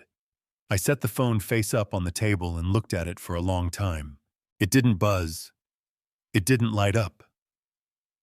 The house was quiet around me except for the furnace and the wind outside and the distant sound of a dog barking somewhere in the neighborhood. I didn't expect her to answer tonight, but the door was open now.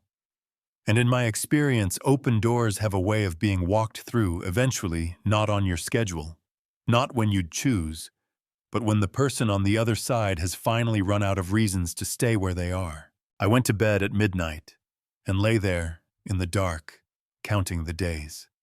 2. The ethics committee met in a conference room on the 6th floor of Cedars-Sinai at 9 Wednesday morning, and it was the coldest room I had ever sat in that wasn't actually cold. 5 physicians around a rectangular table, water glasses. Nobody touched a wall-mounted screen showing Diana's imaging and chart data. David sat to my left with his folder open. Dr. Okafor sat to my right with hers.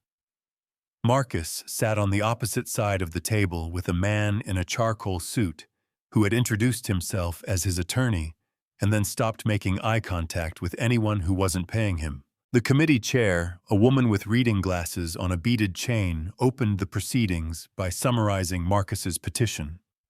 Prolonged mechanical support with no demonstrable neurological recovery. Quality of life considerations. The husband's legal authority as medical decision-maker. She read it with the careful neutrality of someone who had done this many times and had learned to keep her face out of it. Then David stood up. He presented for 22 minutes. He submitted Dr. Okafor's assessment, 3 pages of neurological analysis, signed and credentialed, classifying Diana's condition as MCS rather than PVS, and citing the stimulus response data Sarah had documented. He submitted the subpoena request for the system backup showing the amended chart notes. He submitted the preliminary findings from the probate court motion regarding Nora's contingency clause. He did it the way he did everything, methodically, without drama, letting the documents carry the weight. Marcus's attorney rose when David finished. These are last-minute submissions from a grieving family member attempting to delay an inevitable outcome, he said. Dr. Okafor has not examined the patient directly. The chart amendments were standard clinical updates. And the probate matter is separate from this committee's jurisdiction. Dr. Okafor looked at the attorney, the way she might look at an incorrect lab result, not unkindly, just precisely. "I would be happy to examine the patient directly," she said. "Today, if the committee authorizes it." The chair looked at the other four physicians. Something passed between them in the way things pass between people who have worked together long enough to communicate without speaking. "We'll need 24 hours to review the submitted materials," the chair said. "Our decision will be rendered tomorrow morning at 9. Both parties will be notified." Marcus's attorney started to object. The chair looked at him over her reading glasses, and he stopped. In the hallway afterward, Marcus walked past me without slowing. He didn't look at me directly, but as he passed, I saw the set of his jaw, tight, controlled the expression of a man recalculating. His attorney put a hand on his elbow and steered him toward the elevator. I stood by the window at the end of the corridor and watched them go. David appeared beside me. "That went as well as it could have," he said quietly. "Okafor's credentials are impeccable. The committee can't ignore a direct challenge from a neurologist of her standing. But they could still rule in his favor. They could."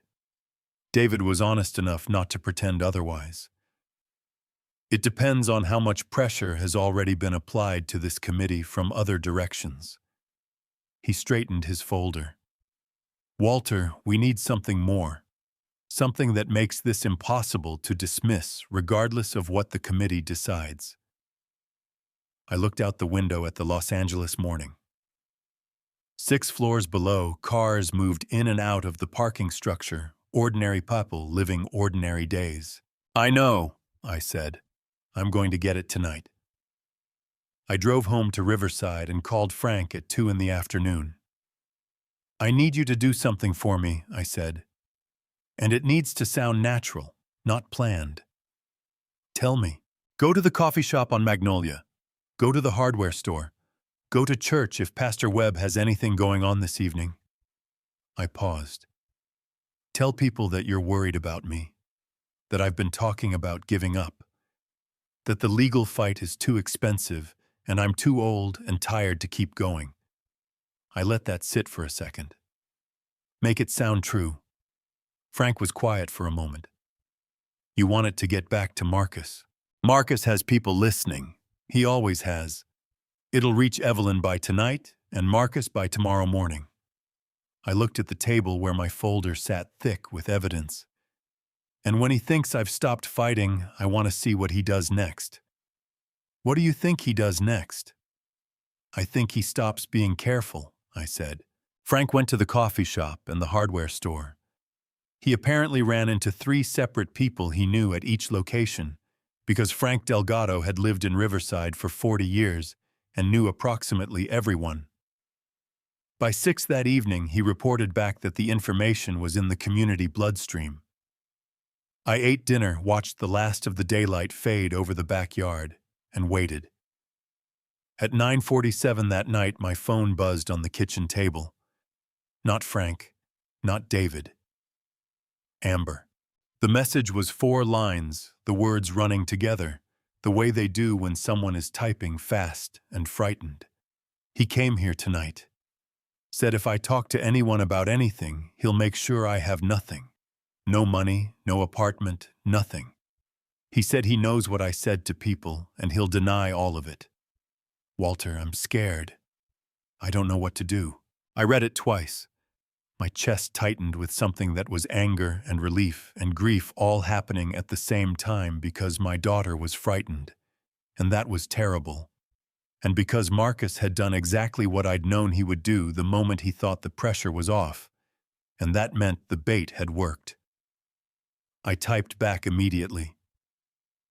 "Come to the house right now. I'll call Frank to pick you up. You're safe." Then I called David. He answered on the first ring. "She's coming," I said. "Marcus threatened her tonight. Directly. She's ready to talk." David exhaled, not the careful, measured exhale of a lawyer processing information, but the real kind, the kind that comes from a man who has been holding his breath for 3 weeks. I'll be there by midnight, he said.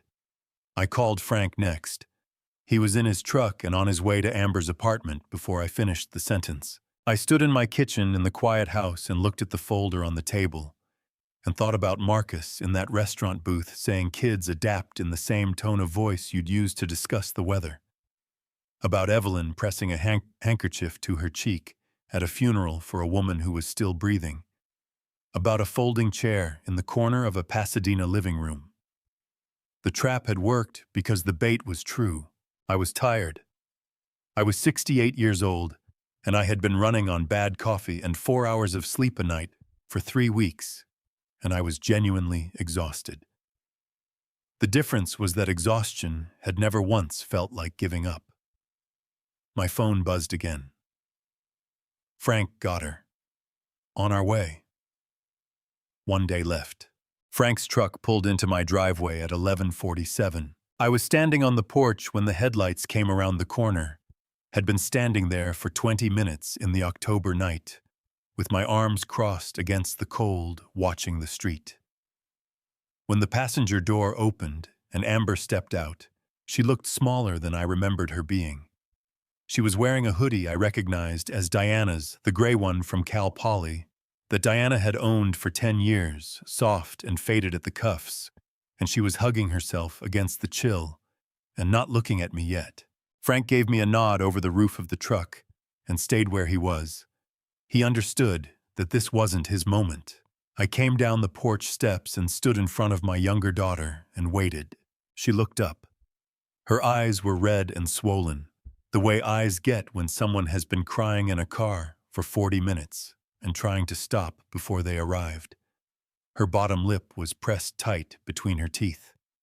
She looked like she was 27 years old and also 12 years old at the same time, and I felt something split open in my chest that had been holding itself together through sheer stubbornness for 3 weeks. I opened my arms. She came into them hard the way she used to when she was small, and had hurt herself, both arms around my ribs, and her face pressed against my shoulder, and she cried the way you cry when you've been holding it in for too long, loud and ugly, and shaking all of it coming out at once. I held on and let it come. Frank went inside and put the kettle on because Frank always knew what to do with himself. After a while, she pulled back and wiped her face with the sleeve of Diana's hoodie. "She's alive," she said. It wasn't a question, but it wasn't quite a statement either. Something between the two, something she was testing the shape of by saying it out loud. "She's alive," I said. "She's been in that hospital the whole time." Amber's face did something complicated. Grief and guilt and relief all moving through it at once, none of them finished before the next one started. She pressed both hands over her mouth and made a sound I don't have a word for. "I didn't know," she said when she could speak again. "I swear to you, Walter, I thought she was really gone. I never would have—" She stopped, started again. "I thought it was grief, what Marcus and I had. I thought we were both just—" I know how that sounds. "It sounds like someone who got used by someone who was very good at using people," I said. She looked at me. "That's not forgiveness," I said. "That's just what happened. Forgiveness comes later. Right now, I need you to tell me about the safe." Frank set 3 mugs of tea on the table without being asked, and then sat down in the corner chair and opened his paperback Western, which was the most tactful thing I'd ever seen him do. Amber wrapped both hands around her mug. She told me everything in the order she remembered it, which was not chronological, but was complete the months Marcus had been attentive to her in a way that had felt like being chosen. The things he'd said about Diana that she'd believed, because it was easier than not believing them the night 3 weeks ago when she'd gone to the Silver Lake house to get something for Marcus and had watched him open the safe in the office while he thought she was in the kitchen. "It's a floor safe," she said, "under the rug behind the desk." He didn't know I could see the reflection in the window. The combination is his birthday backwards. She told me the numbers. I wrote them down. "What's in it?" I asked. I don't know everything. I saw folders. He put something in and took something out and then closed it. I didn't ask. She looked down at the tea. I should have asked. I should have asked a lot of things a lot earlier. Yes, I said, because that was also just what happened. I called David at 12:15. He arrived at 12:40 with a colleague.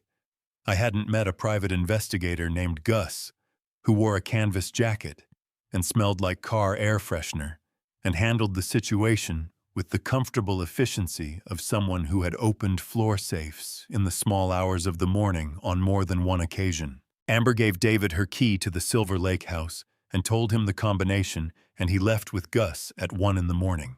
I sat at the kitchen table with Amber and Frank, and we drank tea, and nobody said very much. Amber asked about Chloe, and I told her everything I knew, the isolette, the identification band, the way Chloe's fingers moved in her sleep. Amber listened with her hands around her mug and her eyes fixed on the middle distance, and when I finished, she nodded slowly, like someone taking inventory of damage and deciding it can be repaired. At 2:45, David called. "We have it," he said. "Everything.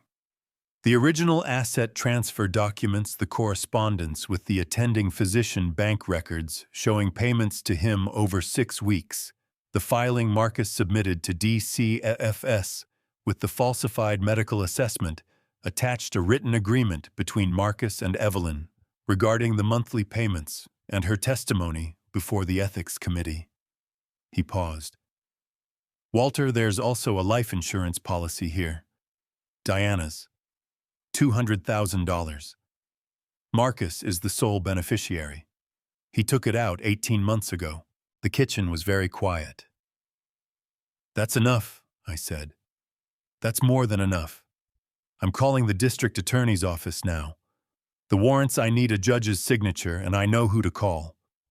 Another pause, shorter. "Walter, I'll have them signed before sunrise." I hung up and looked across the table at Amber. She'd heard enough of it to know.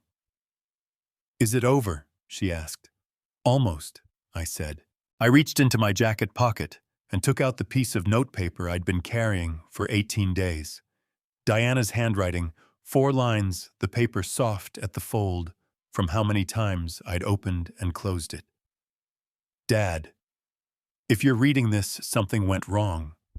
I don't know what yet, but I know you. Don't stop fighting. Whatever they tell you, don't stop. I love you more than I know how to say." I set it on the table between us. Amber looked at it for a long time without touching it. "She knew," Amber said quietly. "She knew enough to leave me a door," I said. At 3:15, David texted 2 words, "Warrants signed." I looked at the clock. 6 hours until 9 a.m. 6 hours until the ethics committee rendered its decision, and Marcus and Evelyn walked into that hospital expecting to finish what they'd started. I made a fresh pot of coffee and sat down to wait. Amber had fallen asleep in the armchair in the living room, still wearing Diana's hoodie. Her face finally smoothed out into something peaceful. Frank had gone home an hour ago with a promise to be back by 8. The house was quiet around me except for the coffee maker and the wind and the particular silence of a night that is almost over. I opened my notebook to a clean page and wrote tomorrow's date at the top. October 23rd. But before I reveal how this ultimate confrontation unfolds, type justice in the comments right now so I know you're still here with me. And please note the following scene contains dramatic fictional elements that may not be entirely factual. If you prefer not to continue, feel free to turn off the video right here. I found the shirt in the back of my closet at 6 in the morning, a blue Oxford button-down, the kind you buy at a department store and keep for good occasions.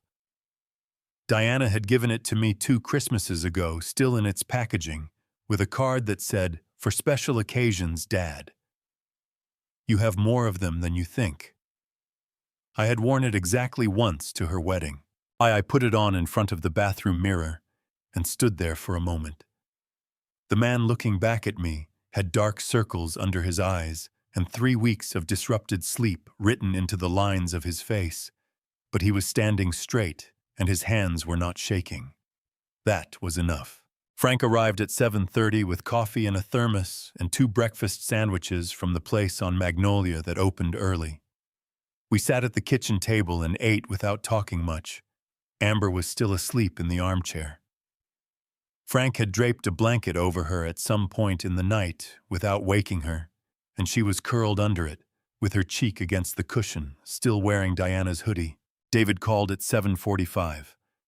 "Probate court confirmed the order at 6 this morning," he said. "The contingency clause is active. You have full legal guardianship authority over Diana's assets and medical decisions effective immediately. I have the certified copy in hand. And the warrants? 2 detectives will meet us at the hospital at 8:50. Plain clothes." He paused. "Walter, the ethics committee convenes at 9. Marcus will be there." "I know," I said. I drove to Los Angeles alone. Frank stayed with Amber and would bring her later when it was done. The 10 freeway ran straight and fast. In the early morning, the San Gabriel Mountains clear against the October sky, in a way they only are after the Santa Ana winds have scrubbed the air clean. I drove in the right lane at exactly the speed limit, both hands on the wheel, the thermos of coffee on the passenger seat going cold. At 8:45, I parked in the structure off San Vicente.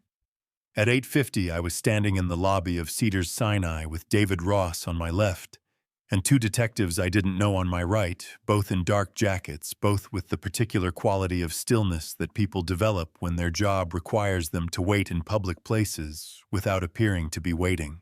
David had a leather portfolio under his arm that contained in order the certified probate court order, Dr. Okafor's neurological assessment, the subpoenaed system backup showing the amended chart notes, the lab report on the medicine bottles, the bank records showing payments to Evelyn and to the attending physician, the documents from Marcus's floor safe, including the life insurance policy and the recording from the stuffed bear. 20 days of work, 40 years of paying attention. We rode the elevator to the 6th floor. The ethics committee conference room was at the end of the corridor.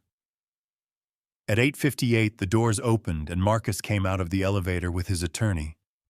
He was wearing a dark suit, and he was carrying a manila folder, and he was talking to his attorney in the low-focused way of a man who believes the next 30 minutes are a formality.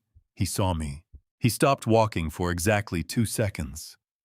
His attorney said something to him. He started walking again, and as he passed me in the corridor, he looked at me with an expression I hadn't seen on him before. Not the controlled sympathy of the funeral, not the calculation of the hospital hallway 20 days ago, but something raw, something that recognized the shirt I was wearing and understood what it meant that I was standing here in it. He kept walking. Evelyn came out of the elevator 30 seconds later. She walked past me without looking at me at all, which told me more than looking would have. The attending physician came last in his white coat, stethoscope around his neck, chin slightly down. He didn't look at anyone. We followed them in. The committee chair looked up when we entered and saw the detectives and looked at David with a question on her face. David placed the certified probate court order on the table in front of her before anyone else could speak. "This is a court-certified order establishing Walter Greer as legal guardian of Diana Greer Voss under the terms of her mother's estate directive," he said. "It supersedes the spousal medical decision-making authority currently held by Marcus Voss. Additionally, I am submitting evidence of criminal fraud that materially affects the validity of the petition before this committee." Marcus's attorney rose from his chair. "This is procedurally improper. The court order takes effect immediately," David said without raising his voice. "I'd encourage you to read it before you finish that sentence." The chair took the order and read it. She read it again. She passed it to the physician on her left. Then she looked at Marcus Voss with the expression of someone who has just understood something she wishes she hadn't been asked to understand. David set the portfolio on the table and began placing documents in front of the committee one by one. The lab report, the bank records, the amended chart notes, and the originals side by side. The correspondence between Marcus and the attending physician. He didn't narrate. He let them read. The attending physician's face had gone the color of old chalk. Marcus sat very still.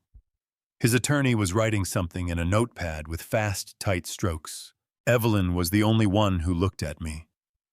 Just once, briefly, the glass-clear gaze that had faced me down in the ICU corridor 20 days ago. I looked back at her and didn't look away, and after a moment she turned to the window. Given this evidence, the committee chair said, her voice careful and level, this committee cannot in good conscience proceed with the withdrawal petition. The petition is denied.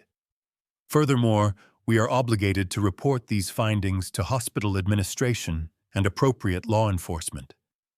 She looked at the two detectives. I assume that process is already underway. The older of the two detectives stepped forward and introduced himself with a badge and a name I didn't retain. He turned to Marcus. Marcus Voss, he said, you are under arrest. Marcus stood up slowly, the way tall buildings fall in films all at once and not at all at once, each floor giving way after the one below it. His attorney put a hand on his arm, and Marcus shook it off, which was the first fully human thing I'd ever seen him do. Evelyn stood without being asked, as if she'd been expecting this moment, and had decided to take it with dignity. The attending physician needed to be helped to his feet.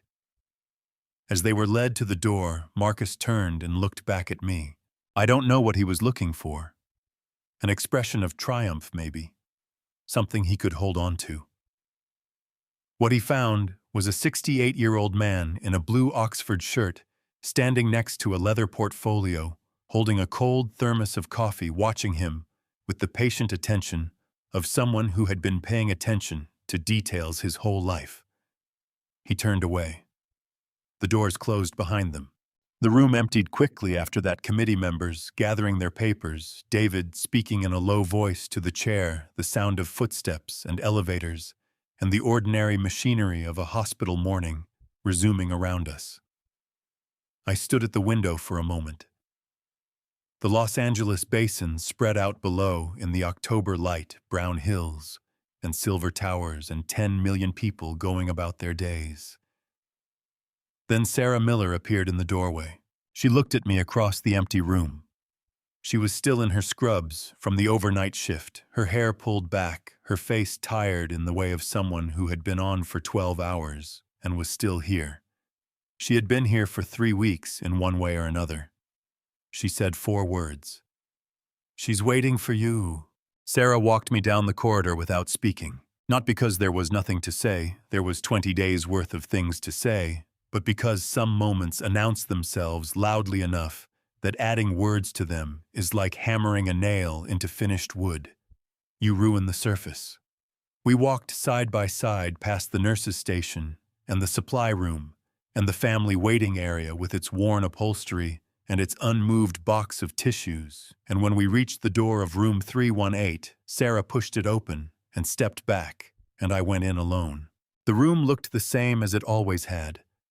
White walls, medical equipment, the particular quality of light that hospital rooms have at mid-morning. Not warm, not cold, something in between that belongs to no time of day in particular. The ventilator cycled its steady rhythm. The cardiac monitor traced its green line. The IV bags hung on their pole. All of it unchanged, as if the last 3 hours had happened in a different building entirely. But I walked in through the front door this time, not through a propped side entrance in the dark, not in a borrowed jacket with my cap pulled low, heart-hammering, watching for footsteps behind me. I walked in through the front door of my daughter's hospital room, in a blue Oxford shirt on a Thursday morning in October, and I did not look over my shoulder once. I pulled the chair to her bedside and sat down. Her hand was where it always was, resting on the blanket at her side palm, slightly upward, the way hands fall when the body is at rest. I picked it up carefully in both of mine. Her fingers were warm and the skin was soft, in the way of someone who has been still for 3 weeks, and I held on and said nothing for a moment, because I needed to feel that she was real before I tried to say anything at all. "Hey, baby girl," I said. My voice came out rough and low, the voice of a man who had not slept in 24 hours and did not care at all. "It's me. Daddy's here." The monitor beeped. The ventilator cycled. Nothing moved. I thought about what to say next and decided there wasn't anything.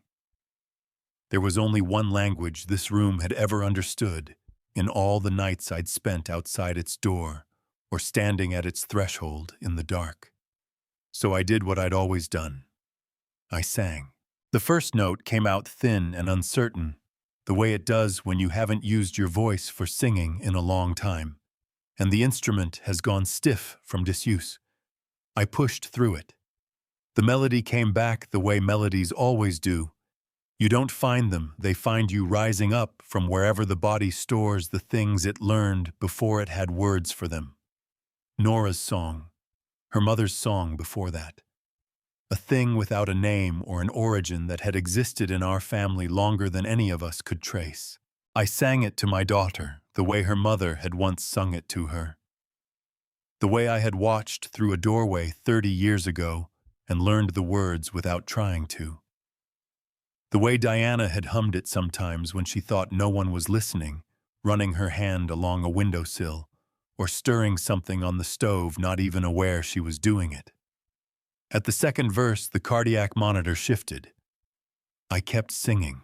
The line on the screen elevated, not dramatically, not the sharp spike of emergency, just a gentle rise, a heartbeat, finding a slightly faster rhythm, the way a sleeping person's breathing changes when someone they know enters the room. I had seen this before that night 3 weeks ago, when Sarah had printed the readout and pressed it flat and handed it to me in the dark. But that night, there had been glass between us. There was no glass now. I was still singing when her fingers moved. It was small. A tightening, almost imperceptible, the kind of movement that could be attributed to reflex or position, or the 1,000 involuntary processes of a body working to maintain itself. Except it happened again. And it happened against my hand. And it was not reflexive, and it was not involuntary. It was the specific, deliberate movement of a hand trying to hold on. I stopped singing. "Diana," I said. The word came out barely above a breath. The hand tightened again. The door opened behind me and Sarah came in, moving quietly, reading the monitor the way she always did when she entered, eyes to the screen first, then to the patient. She stopped when she saw the readout. She came closer. "Keep going," she said quietly. "Whatever you're doing, keep going." I looked at my daughter's face, at the eyelids that had been still for 23 days, at the particular stillness that I had been talking to through glass and through closed doors and through every night I had sat in my truck outside this building, asking God or the dark or whatever was listening to give her back to me. I started singing again. I was at the third line when it happened. Her eyelids moved. Not all at once, the way things that have been still for a long time begin to move again with effort, with the particular resistance of a door that has been closed too long. First the left, then the right, a slow flutter, a long pause, and then open. Diana's eyes opened, the color of them.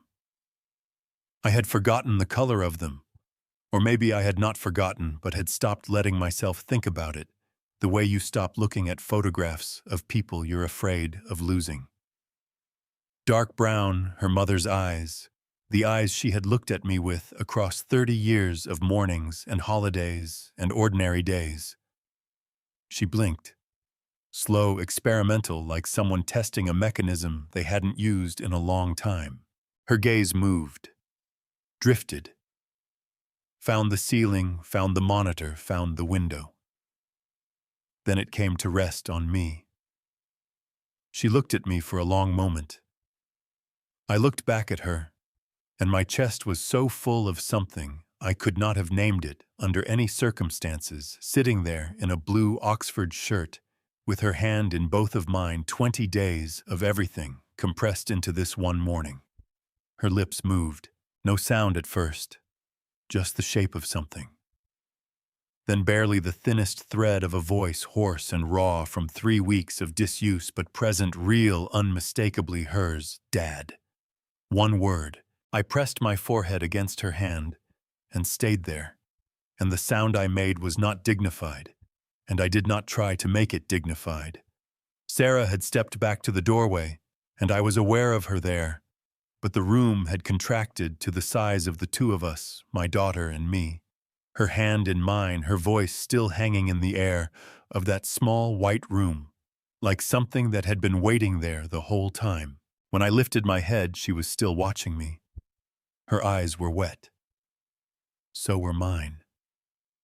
The door opened again, and Sarah came through it, carrying Chloe, the tiny bundle of her wrapped, tight eyes shut against the light fingers curled against her chest. Sarah placed her gently in the crook of Diana's arm, guiding Diana's weakened hand up to support her daughter's head with the practiced gentleness of someone who had been waiting to do exactly this. Diana looked down at her daughter for the first time. Her lips moved again. No words this time. Just breath, warm and slow, settling over the top of Chloe's head, like the beginning of something that had no end. I put my hand over both of theirs, Diana's and Chloe's, 3 generations, in one room on a Thursday morning in October, and I held on the way. You hold on to things that are real and solid, and yours the way a carpenter holds a finished joint before he sets it in place, feeling for the fit, knowing when it's right. It was right. Outside Los Angeles went about its day. Inside room 318 we stayed exactly where we were. 3 weeks after October 23rd, I was standing in my kitchen at 2 in the morning, trying to remember which cry meant hungry and which meant everything else. Chloe had strong opinions about this and was expressing them at full volume from the bouncy seat on the kitchen table while I fumbled with the formula dispenser Frank had bought, because the measuring scoops were, in Frank's words, too many steps for a man your age at 2 in the morning. He wasn't wrong. I shook the bottle, tested the temperature on the inside of my wrist, the way the nurse at the discharge center had shown me, and offered it to my granddaughter with the careful uncertainty of someone attempting a repair on a material he'd never worked with before. Chloe considered the bottle for one long, skeptical moment, and then accepted it. Her eyes going to my face with the concentrated attention of a 7-week-old cataloging the world's available faces. "That's right," I said quietly. "It's just me. You're stuck with me for a while." She kept her eyes on mine while she ate. Somewhere around the 3rd minute, I stopped feeling uncertain and started feeling something I didn't have a precise word for, not happiness, exactly. More like the specific satisfaction of a joint coming together, true. During the days, I drove 20 minutes to the Hillside Recovery Center in Moreno Valley, where Diana was working through her rehabilitation. The center specialized in neurological recovery patients, relearning the physical vocabulary of their bodies after strokes injuries and extended periods of reduced consciousness.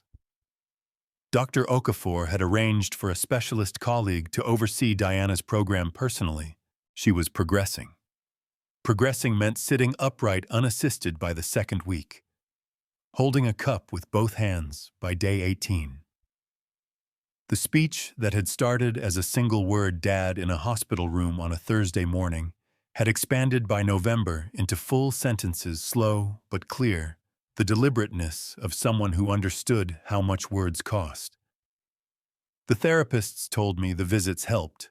I went every day, Frank came Tuesdays and Thursdays driving because he said I looked tired, which was accurate. He brought food from the panaderia and sat in the family waiting area reading his westerns, and on the way home we sometimes stopped at the park on Whole Avenue and sat on a bench for 20 minutes because neither of us was in a hurry, and the air in Riverside smelled like citrus and cooling concrete, the particular smell of home. Amber came to the house for the first time on a Saturday in early November. She knocked, which she had never done before, and stood on the porch holding a casserole dish covered in foil, her expression working very hard at being normal. She set it on the counter and stood in the middle of my kitchen, not knowing where to put her hands. "I made enchiladas," she said. "Rose's recipe. Frank gave it to me a long time ago." She stopped, started again. "I didn't know what else to bring." "Enchiladas is right," I said. "Sit down." I poured 2 glasses of iced tea, and we sat across from each other at the kitchen table without mentioning the night, 2 weeks earlier, when she'd been crying into a mug at midnight, while Frank pretended to read a western in the corner. Some things don't need to be mentioned to be understood. After we'd eaten, Amber asked to look in on Chloe.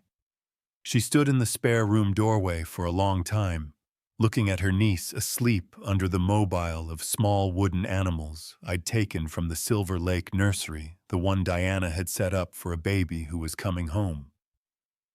"She looks like Diana," Amber said quietly. "Around the forehead." "She does," I agreed. She started coming back after that. No schedule. Sometimes food, sometimes just the 4 o'clock bottle feeding, while I sat with my coffee and let someone else hold the baby for a while. We were rebuilding something neither of us had a blueprint for fitting pieces together by feel. In mid-November, David called. "December 11th, he said. "Judge Helen Carmichael's courtroom, Los Angeles County Superior Court.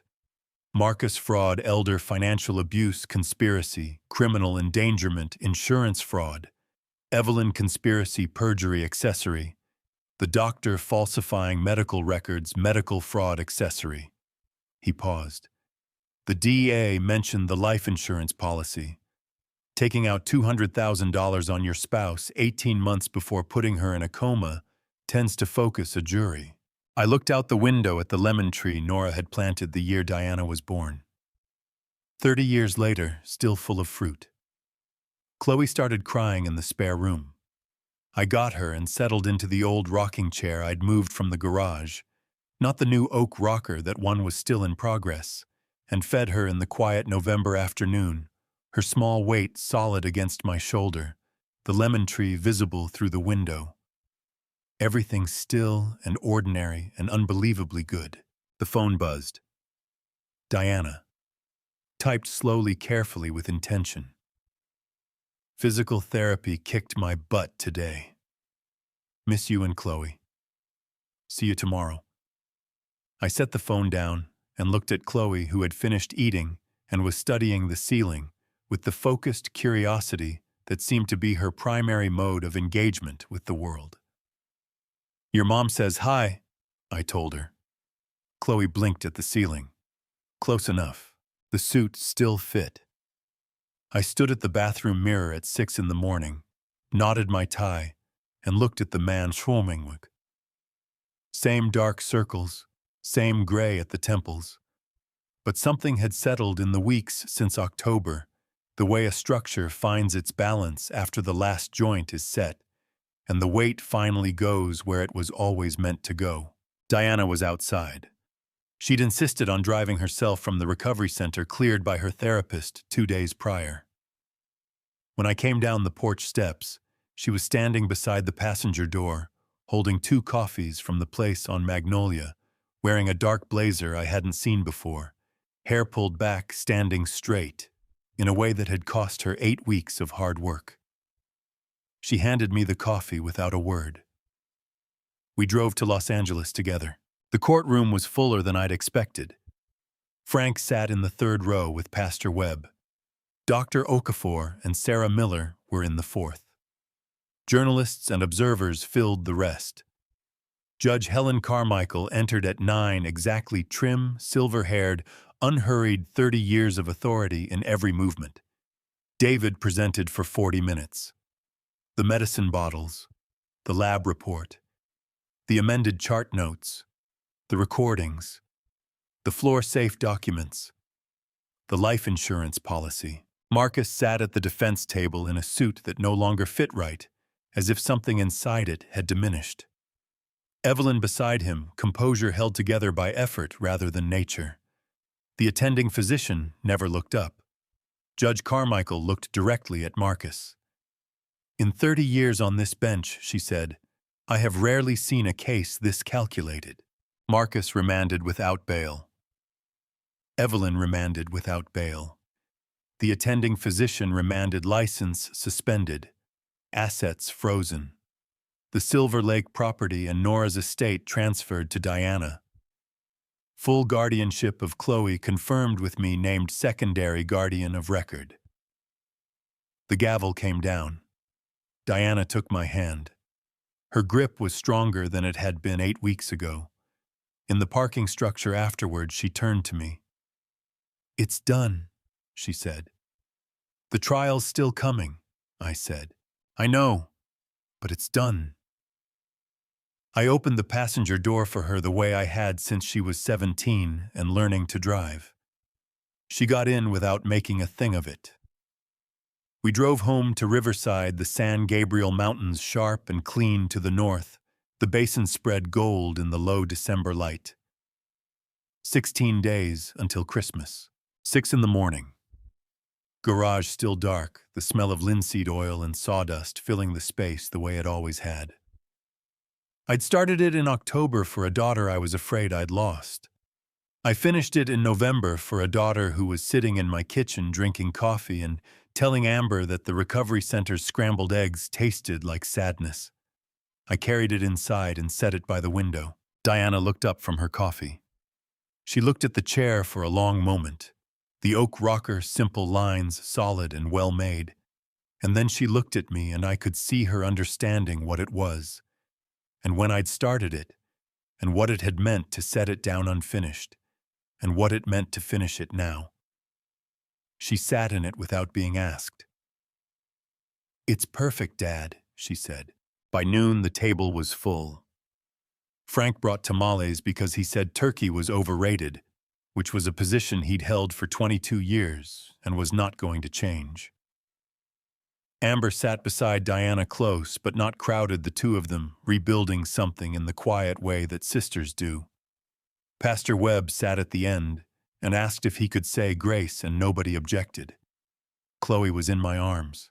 She was 8 weeks old and had recently discovered that faces were interesting, and she was studying mine with the focused intensity of someone conducting important research. I let her look. I had nowhere more important to be. Pastor Webb cleared his throat. "Walter, would you like to add anything?" I looked at the table, at Diana in the oak chair I'd built her, at Amber's hand resting near her sister's, at Frank's tamales, at the lemon tree through the kitchen window still full of fruit. "Lord," I said. My voice came out steady. "Thank you for giving her back. That's all." That was all. Here's what I learned. I signed a paper I didn't read because I trusted the wrong person. Don't be like me. Read everything. Question everything. The people who rush you past the details are the ones who need you not to see them. This is my family story, and if it taught me anything, it's that love without action is just a feeling. You have to show up. You have to keep showing up even when every door is closed and every voice tells you to go home. I believe God places us where we need to be. He placed me in that garage building that chair when the phone rang. He placed Sarah in that hallway. He placed Diana's letter in Pastor Webb's pocket. Nothing about those 20 days was accidental. These grandpa stories don't belong to me alone. Every parent, every grandparent watching right now, you understand what it means to fight for the people you love. This family story ends with a chair by a window, a table full of people, and a granddaughter who studies my face like I'm worth remembering. I think that's enough. If this grandpa story's touched something in you, drop a comment below. Tell me where you're watching from. Share this with someone who needs to hear that it's not over until you decide it is. And if you haven't subscribed yet, there's a button right there that takes 1 second. Thank you for staying until the end. It means more than you know. One more thing, some of the stories ahead contain fictional elements written to explore real human truths. If that's not for you, that's completely okay. Choose what feeds your soul. We'll be here for those who stay.